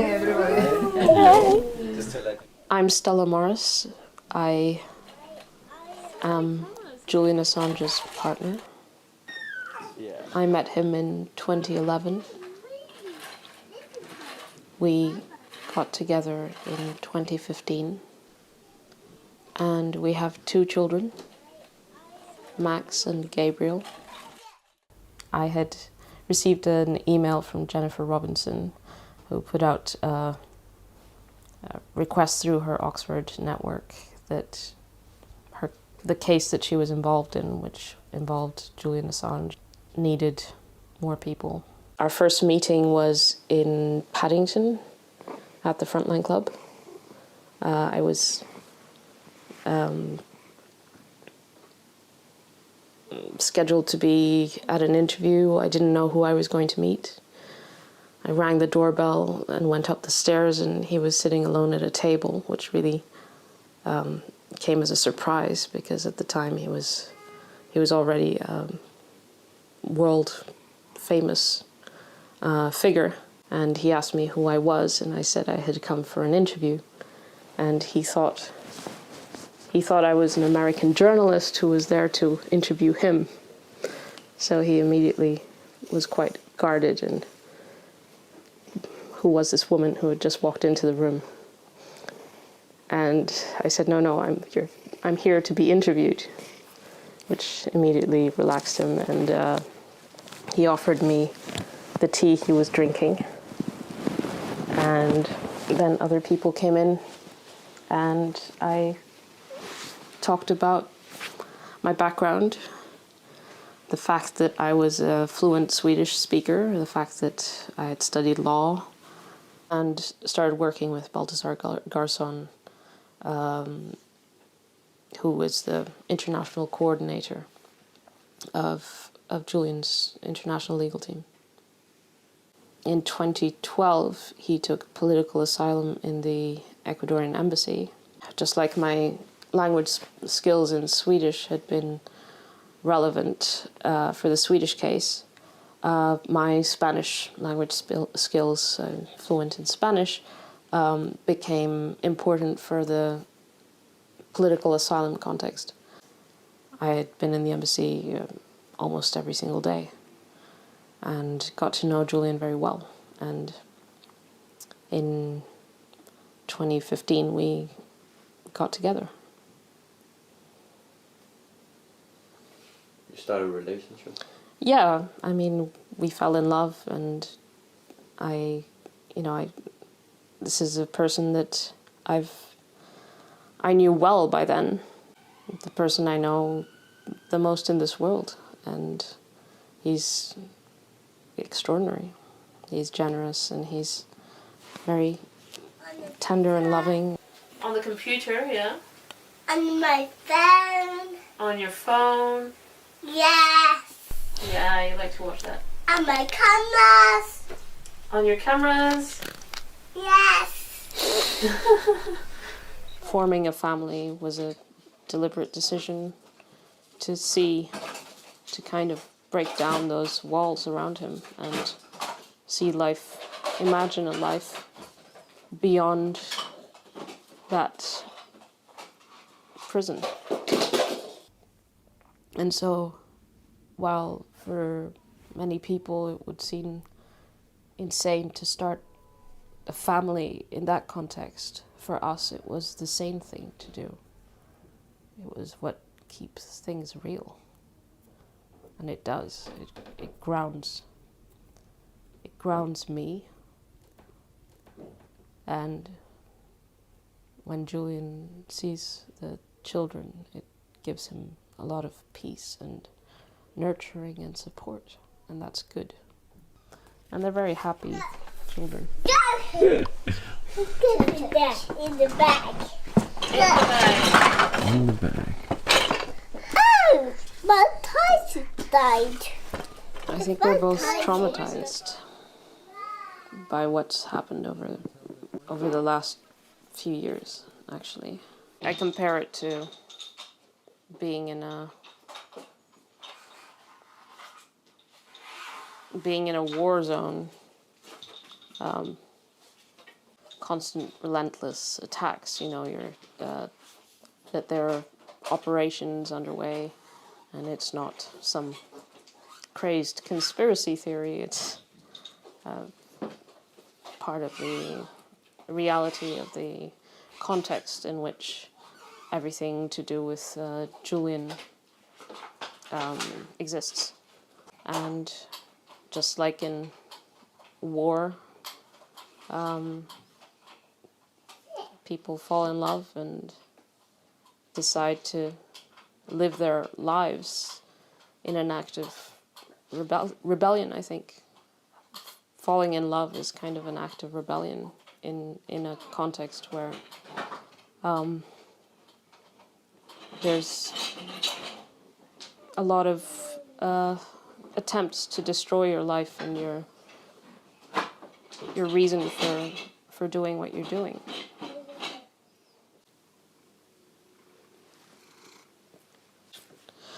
This is the younger one, Max, with the cat. And yeah, that's the little one There's a big little one, and that's a big one, kind of a same picture. They're quite similar looking when you look at them like that.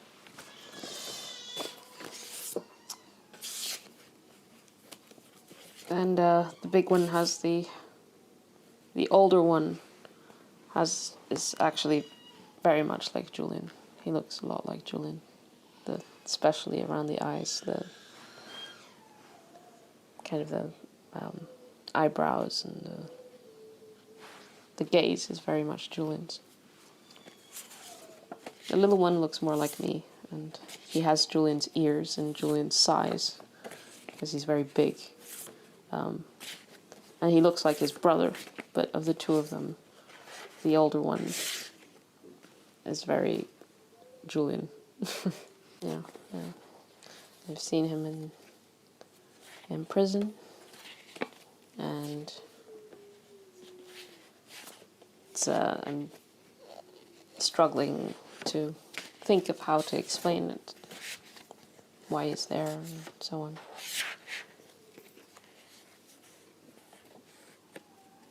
You also don't want to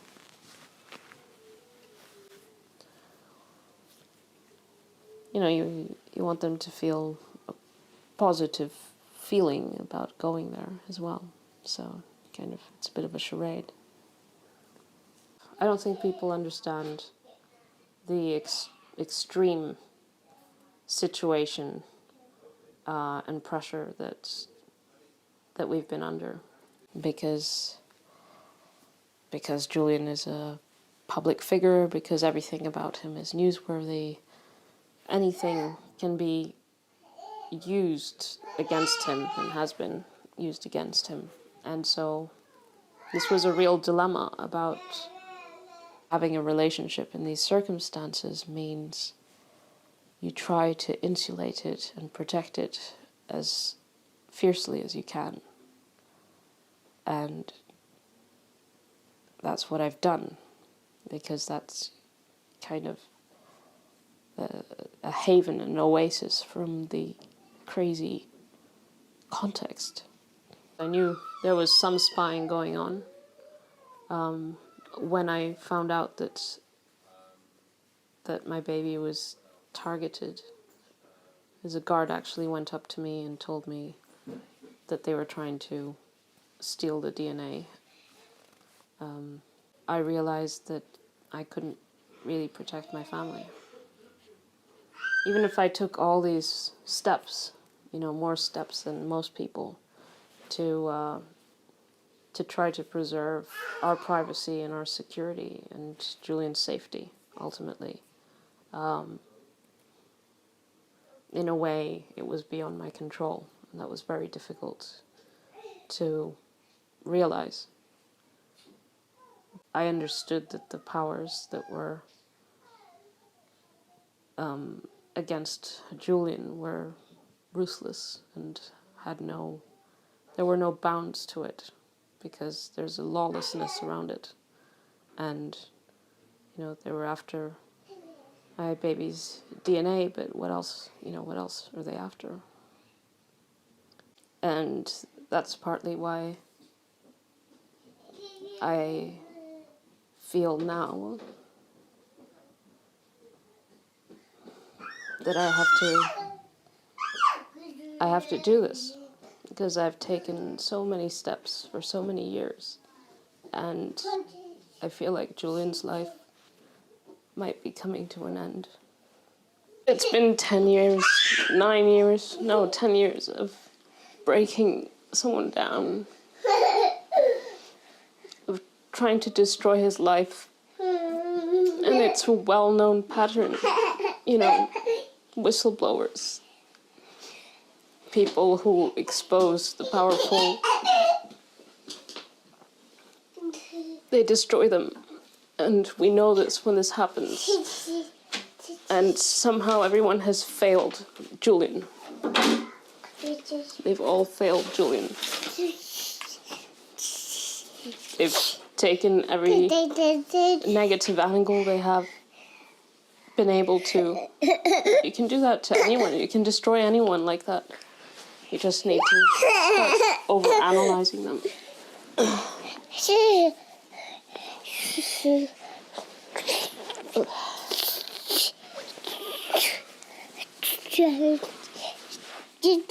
Sweetie.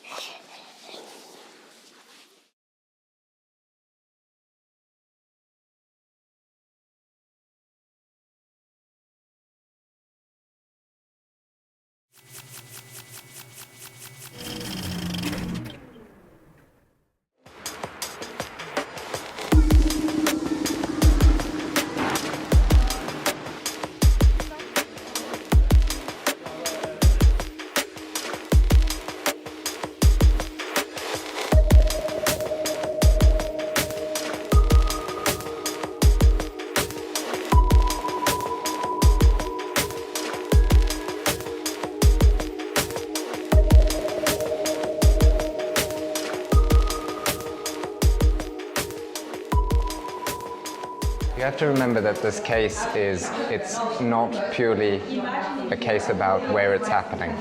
You've got an Australian journalist publishing about the United States in the United Kingdom. Even though Brexit has happened, the United Kingdom will still be part of the European Court of Human Rights. So there are many territories that this affects. If you're in the US, you should be calling for it to be stopped, going to your representatives, your congresspeople, and that's the same in every country. If you're in Germany, for example, you need to put a lot of pressure on your local members of parliament. As I said, this case could quite easily end up in the European Court of Human Rights. And the idea that the United States can reach its arm out across the Atlantic and pluck anyone that they want for publishing anything that they don't like will set the precedent that any country can do that.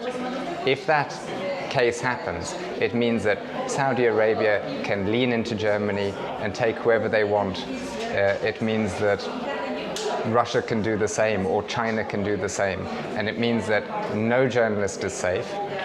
It could go even further to the point where it doesn't even matter if you publish stuff, just receiving things that are classified, which is if the case gets through in the United Kingdom, that will be the interpretation of the law.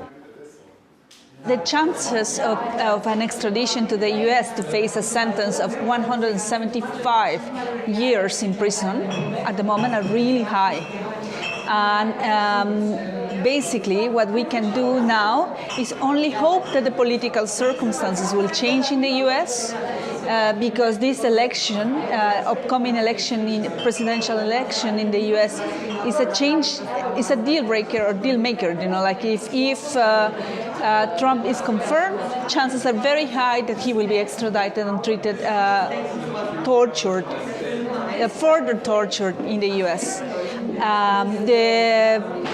I think that Europe has a role to play, and we are hoping that more countries of the European Union will step in and have an active role impeding that a journalist who practices journalism in European soil for the rest of the world is extradited to the US under the Espionage Act.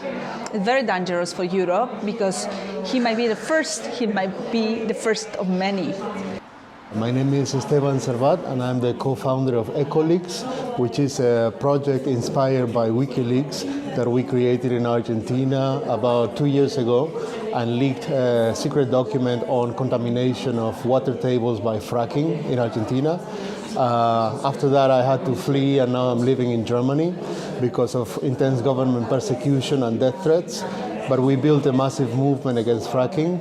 And I think this shows the importance of Assange's work and why it's so important for all of us to support him and WikiLeaks, because the revolution that they began really sparks many other revolutions all over the world in many fields like the environment. And that's what inspired us, and that's why we all need to come to his support right now that he needs us the most. I think that we live in a time that in a weird way became fictional. We have fake news and a lot of lies floating around, and we live in a really, really intense crisis on every level, I think. And I think that art is a very powerful tool to transport some political topics, and it's especially for urgent things that require also a response on an emotional level, because many things you can grasp with your brain and agree to it, but to get into action you need to motivate people on an emotional level and get them, and I think that that's the reason why I feel as an artist obliged to exactly do that. What is it that Julian Assange would be confronted with in case of an extradition to the US? And for that end, we have to look at what Chelsea Manning was exposed to, also torture-like conditions and suffering, immense suffering during the entire trial there. Especially the Espionage Act poses great dangers to whistleblowers as well as journalists. The way to fight this is to do something, don't do nothing. Tweet about it, write about it, go to events, join up the Don't Extradite Assange campaign. Do events like this, which has been done by pure supporters who have come up with an idea, created an event, got a mass of people here in order to shine a light on what's going on. Because if Julian Assange is taken to the US, there will be no light shone and democracy will go dark, because without a free press, you do not have a democracy. An alle, die sich weiterhin trauen, kritischen Journalismus zu betreiben und nicht durch den Gedanken einschüchtern zu lassen, die USA würde sie ohnehin kontrollieren. Vielen Dank für eure mutige Arbeit.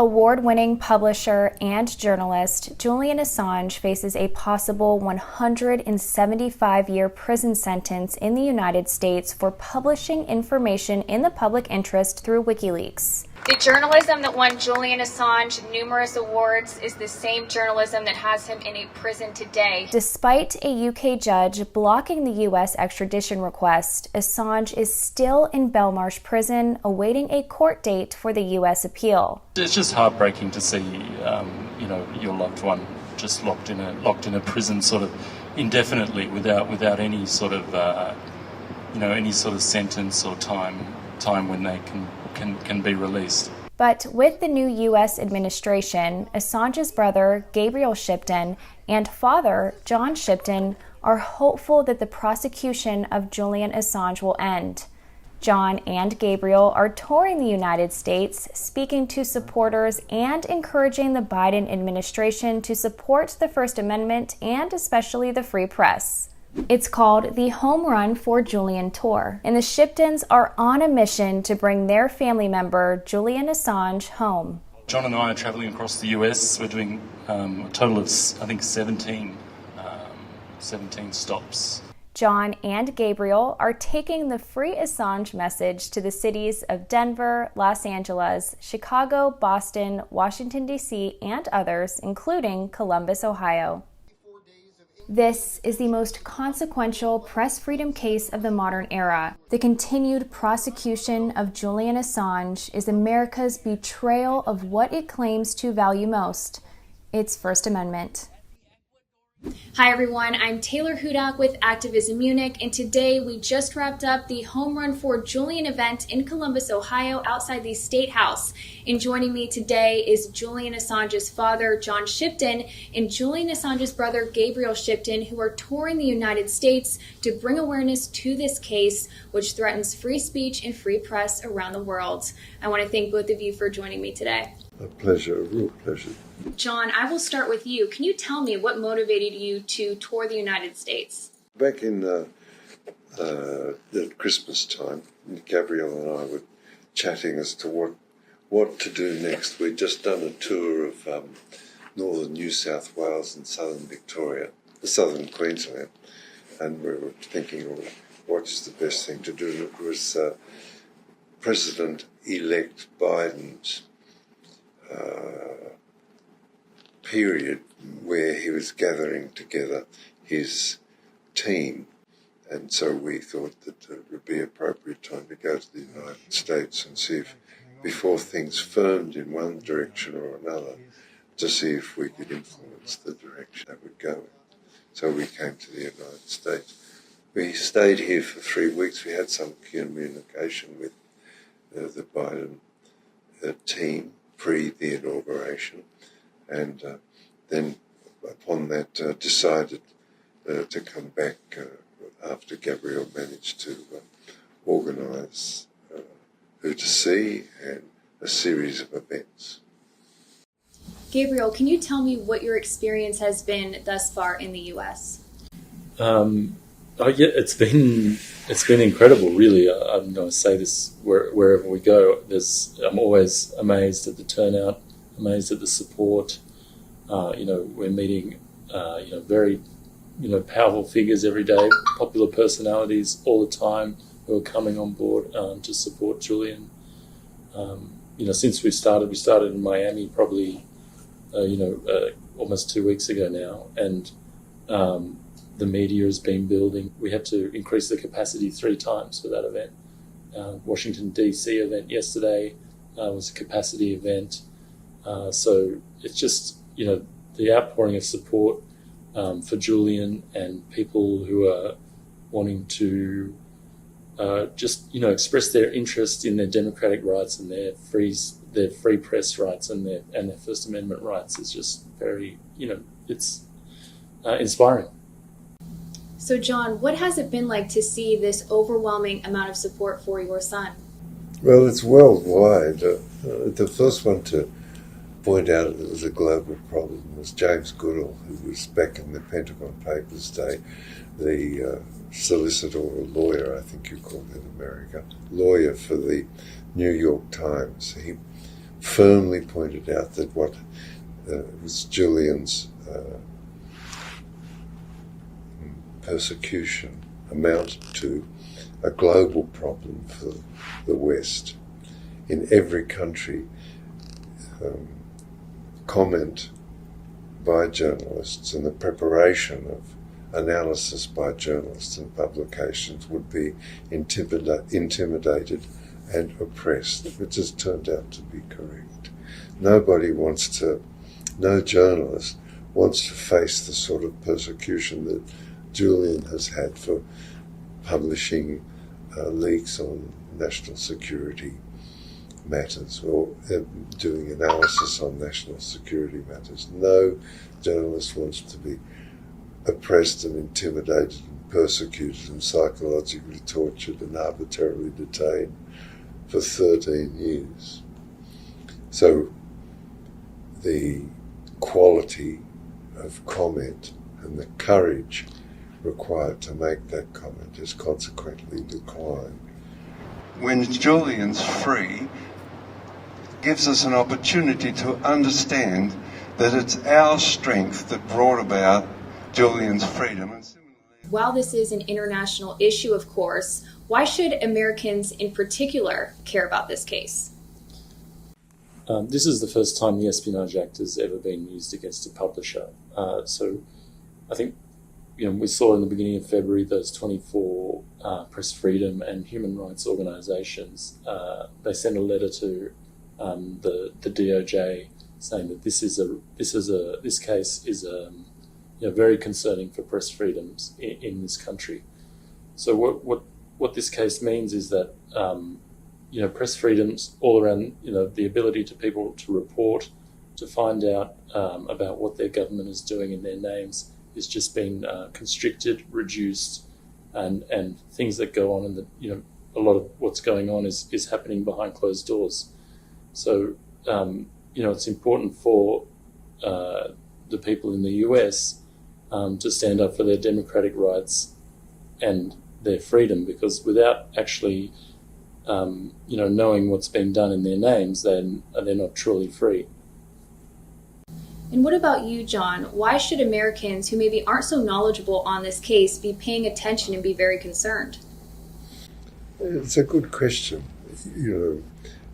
The answers, of course, are general and not specific. to each American, but to Americans.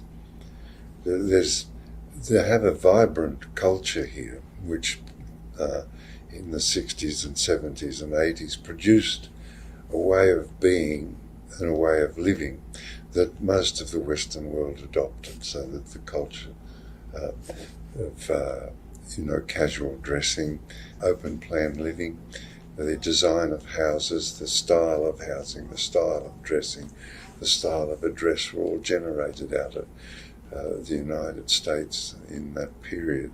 And this only came about because the quality in the United States of vibrant discussion and ferment between groups of people and academics, and the general life of the United States is a one where people converse with each other to get to an understanding. There can be no freedom at all anywhere without knowledge, and these conversations that people have depend upon knowledge. And if there's a conversation without knowledge, then we just bathe ourselves in further ignorance, and you can see that emerging in the United States now as people break up into groups, and they're furious with each other and refuse to have discussions with each other and refuse to embark upon understanding the point of view of each other. So consequently, 200 cities over the last 18 months had riots, and people burning shops and cars and so on. This is not a good circumstance. So that's one reason why the conversation between people ought to be knowledgeable. Actually, in a country like the United States, in my view, where the dynamism and the exuberance is continuous, it's vital for the people to have knowledgeable conversations for each other. For it's a very difficult country to govern otherwise. I think it's very important to talk about the broader press implications here, but it's also important for people to realize that Julian Assange is a human being. You are his brother, Gabriel. What has it been like to see your brother go through this experience and be prosecuted by the United States for publishing, of all things? I think, I can, it's, at times, I guess, I can talk about when I went to see him in 2019. He was just, he'd been in the prison in Belmarsh for not so long. He was in the health ward there. He was on suicide watch, and at that time when I went to see him, that was very, very hard. I'd never seen Julian in a state like that before, even during all his time in the embassy, and it was really heartbreaking. As to see someone who I've looked up to, who I have so much respect for, and who's been so supportive to me to be in in that sort of state where I thought that I might never see him again. So I think in that way there are those moments when it's really hard, but there's also I feel a lot of I'm very proud of the work that Julian's done as well, and I think is sort of so unique and one of a kind that I feel a deep sense of I am just very proud of my brother, basically. Absolutely. WikiLeaks has really shaped the way we talk about media. And John, you must be very proud of your son's accomplishments and contributions to journalism. Yes, of course, for sure. What I particularly like in Julian's contribution is the composition that he came up with, a wiki that is available to everybody. Anybody could go along, look at what was their area of curiosity, and make analysis, and as a consequence become more knowledgeable. To repeat myself, there is no freedom without knowledge. And this, as a wiki, enabled a worldwide forum wherever there is a computer that can go online and look at some of the WikiLeaks publications. Could go online, look at the publication, and with their friends and by themselves form a view founded upon actual documents. This is vital. This is magical, because at that time when it first started, there were 60 million people who could go online and do analysis. And now, of course, there's many more. And so this feature enables us to become knowledgeable contributors to the polity, to assist and insist upon participation in shaping policy and formulating policies that governments and states and corporations enact. While we're on the subject of WikiLeaks as an entity, Gabriel, can you speak about how WikiLeaks has been censored over the years? It suffered an extra-legal financial blockade in 2010 after it published, the Iraq war logs, Afghan war logs, the Guantanamo Bay files. So there was an attempted censoring, through a financial blockade, by Visa, MasterCard, stopped processing donations. PayPal, they had their PayPal closed down. A lot of Julian's bank accounts were closed down. They also, I think their DNS server was taken off. They were taken down from their Dyna.DNS server. So that those are ways that it's been censored over the years, but it's still going. So he really saw the internet and the capability of the internet to be an emancipatory tool, that would make us all more free, through knowledge. Whereas a lot of the other, technologists these days who sort of developed around that same time, the things that they created are now, sort of tools of surveillance and control. So both of you are here in the United States. You are going to be touring the entire country. Gabriel, can you tell me what you are seeking to accomplish while you're here? I think, there are support groups right across the US. So, we're coming to sort of coalesce those groups, give them, just help support them. I mean, they've been out here, doing stuff. Some of them for years and years. I mean, in Boston, they've been doing one every second week for years, and it's just to come and support them. Help how we can with their actions. Connect them to the other groups so that they can coordinate together, and really have a push and focus about this sort of opportune time that we have now with this new administration, this new DOJ. Merrick Garland is speaking to the New York Times and the Washington Post and CNN today, about the DOJ and how they've been using subpoenas against journalists to find out sources and things like that. So, what we've been asking people to do is to get up in the comments of the New York Post and the the New York Times and the Washington Post, and just let them know that you care about, what's happening to Julian Assange and that the Espionage Act is being used against a publisher, and that they should be bringing that up with Merrick Garland as well. So I would like to hear from both of you on this, but what is your message to Americans, and especially those who may not be too familiar with this case? I think as we go around the country, we are asking people to, just act locally, talk to their neighbours and friends, tell them, help educate people about Julian's case, put together local petitions to take to their Congress people as constituents of a localised area, form groups, form Facebook groups, do all these sort of localised, sort of grassroots style things. That's what we're sort of encouraging people to do as we move across. For those people who are new or are interested in the case, we sort of we point them towards the letter from the 24 Press Freedom and Human Rights groups, and just try and explain why Julian's case is not just about Julian, but it's really about their freedoms and their democratic rights.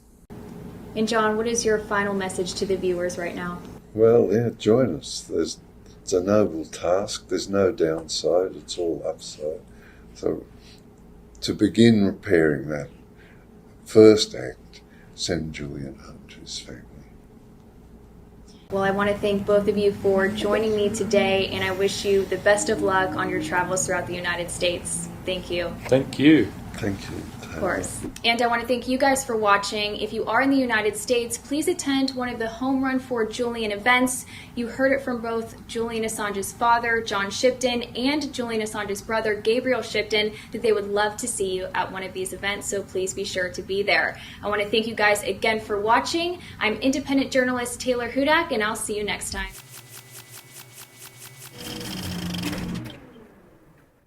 Taylor actually stepped out of doing our live streams and into a legitimate career in journalism, which I am ecstatic for. She's a reporter with acTVism Munich. I probably butchered it. Munich, one of the two. And she has helped to radicalize Germany. Most people don't really know it, and you can't really see it from here in the U.S. But Germany is one of the countries that has some of the most on the ground, some of the loudest support for Julian Assange. And I would, in no small part, thank Taylor for that and the work that she's done, traveling literally the world covering Julian's case. In February of 2020, she sent out by herself with no spending money, with a cell phone camera, and the hope of getting close to the court case to cover Julian's trial. 2 years later, she's interviewed almost anyone there is involved in this case to interview. She does wonderful reports every single week and has been able to educate almost the entire continent of Europe, or those willing to listen, about Julian's case. So without further ado, everybody, Taylor Hudak.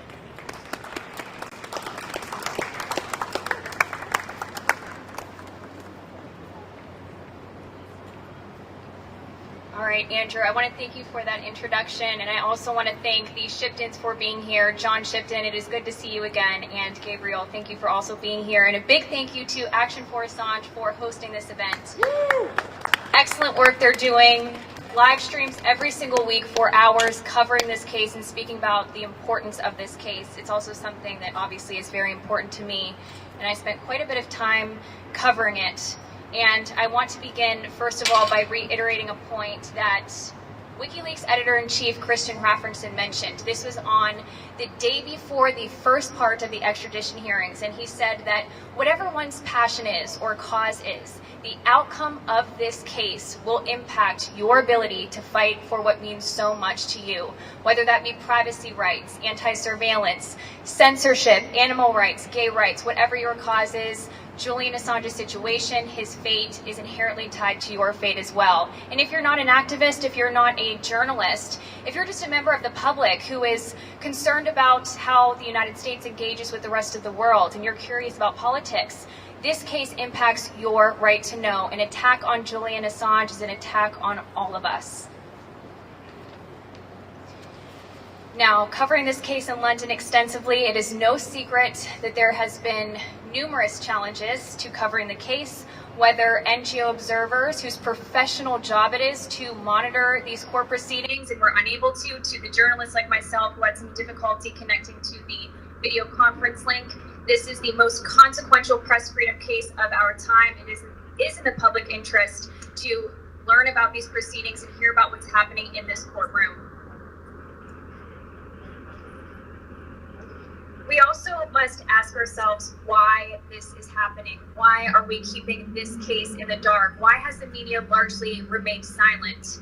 Fortunately, because of groups like Action for Assange and other grassroots journalists, more and more people in the mainstream media, the New York Times, the Wall Street Journal, among other publications, are stepping up and they're speaking out and saying enough is enough. This is wrong. This is an attack on all journalists. So it's not just a fringe group of activists anymore that is not at all the case. Every single major civil liberties organization in the United States and throughout the world is calling for Julian Assange to be freed and for this case to be dropped.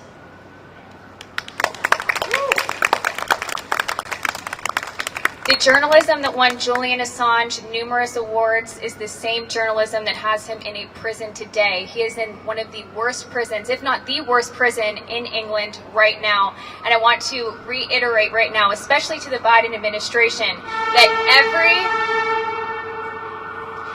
that each day that Julian Assange is sitting in Belmarsh prison, and each day that the United States, this country, continues to prosecute this case, is another day that the United States betrays its own constitution. How can we allow this? Does this make any sense? No, it doesn't, right?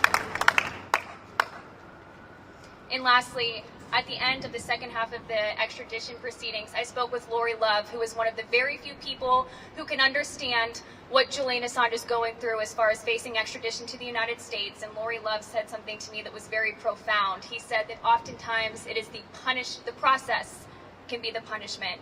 This process is a punishment, and we're seeing that happen right now, especially with the judge's latest decision back earlier in winter where she denied his bail.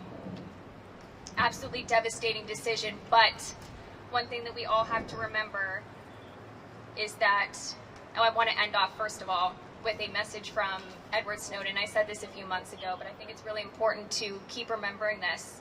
And I think all of us here who are activists and journalists, especially independent journalists, know this, but we cannot rely on elected leaders to solve our problems. And while I am going to call upon the Biden administration to separate itself from Trump-era attacks on the free press by dropping this case and freeing Assange, we must all depend on each other as well, because real change begins with me. It begins with all of you here. It begins with the organizers of this event. It begins with everyone who is fighting for this case and who cares about the future of the free press.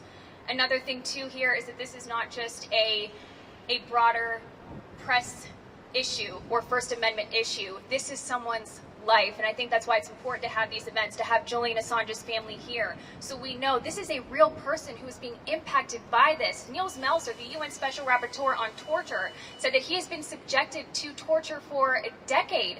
This is completely unacceptable, and the UK government, the US, Ecuador, and Sweden have not been held accountable for this. Julian Assange ought to be freed, and he also ought to be compensated for the horrific state crimes that have been leveled against him. If we constantly raise awareness and collectively act together like we are today, we can impact Julian Assange's tomorrow, we can save free speech and free press around the world, and we can save the life of Julian Assange. Thank you.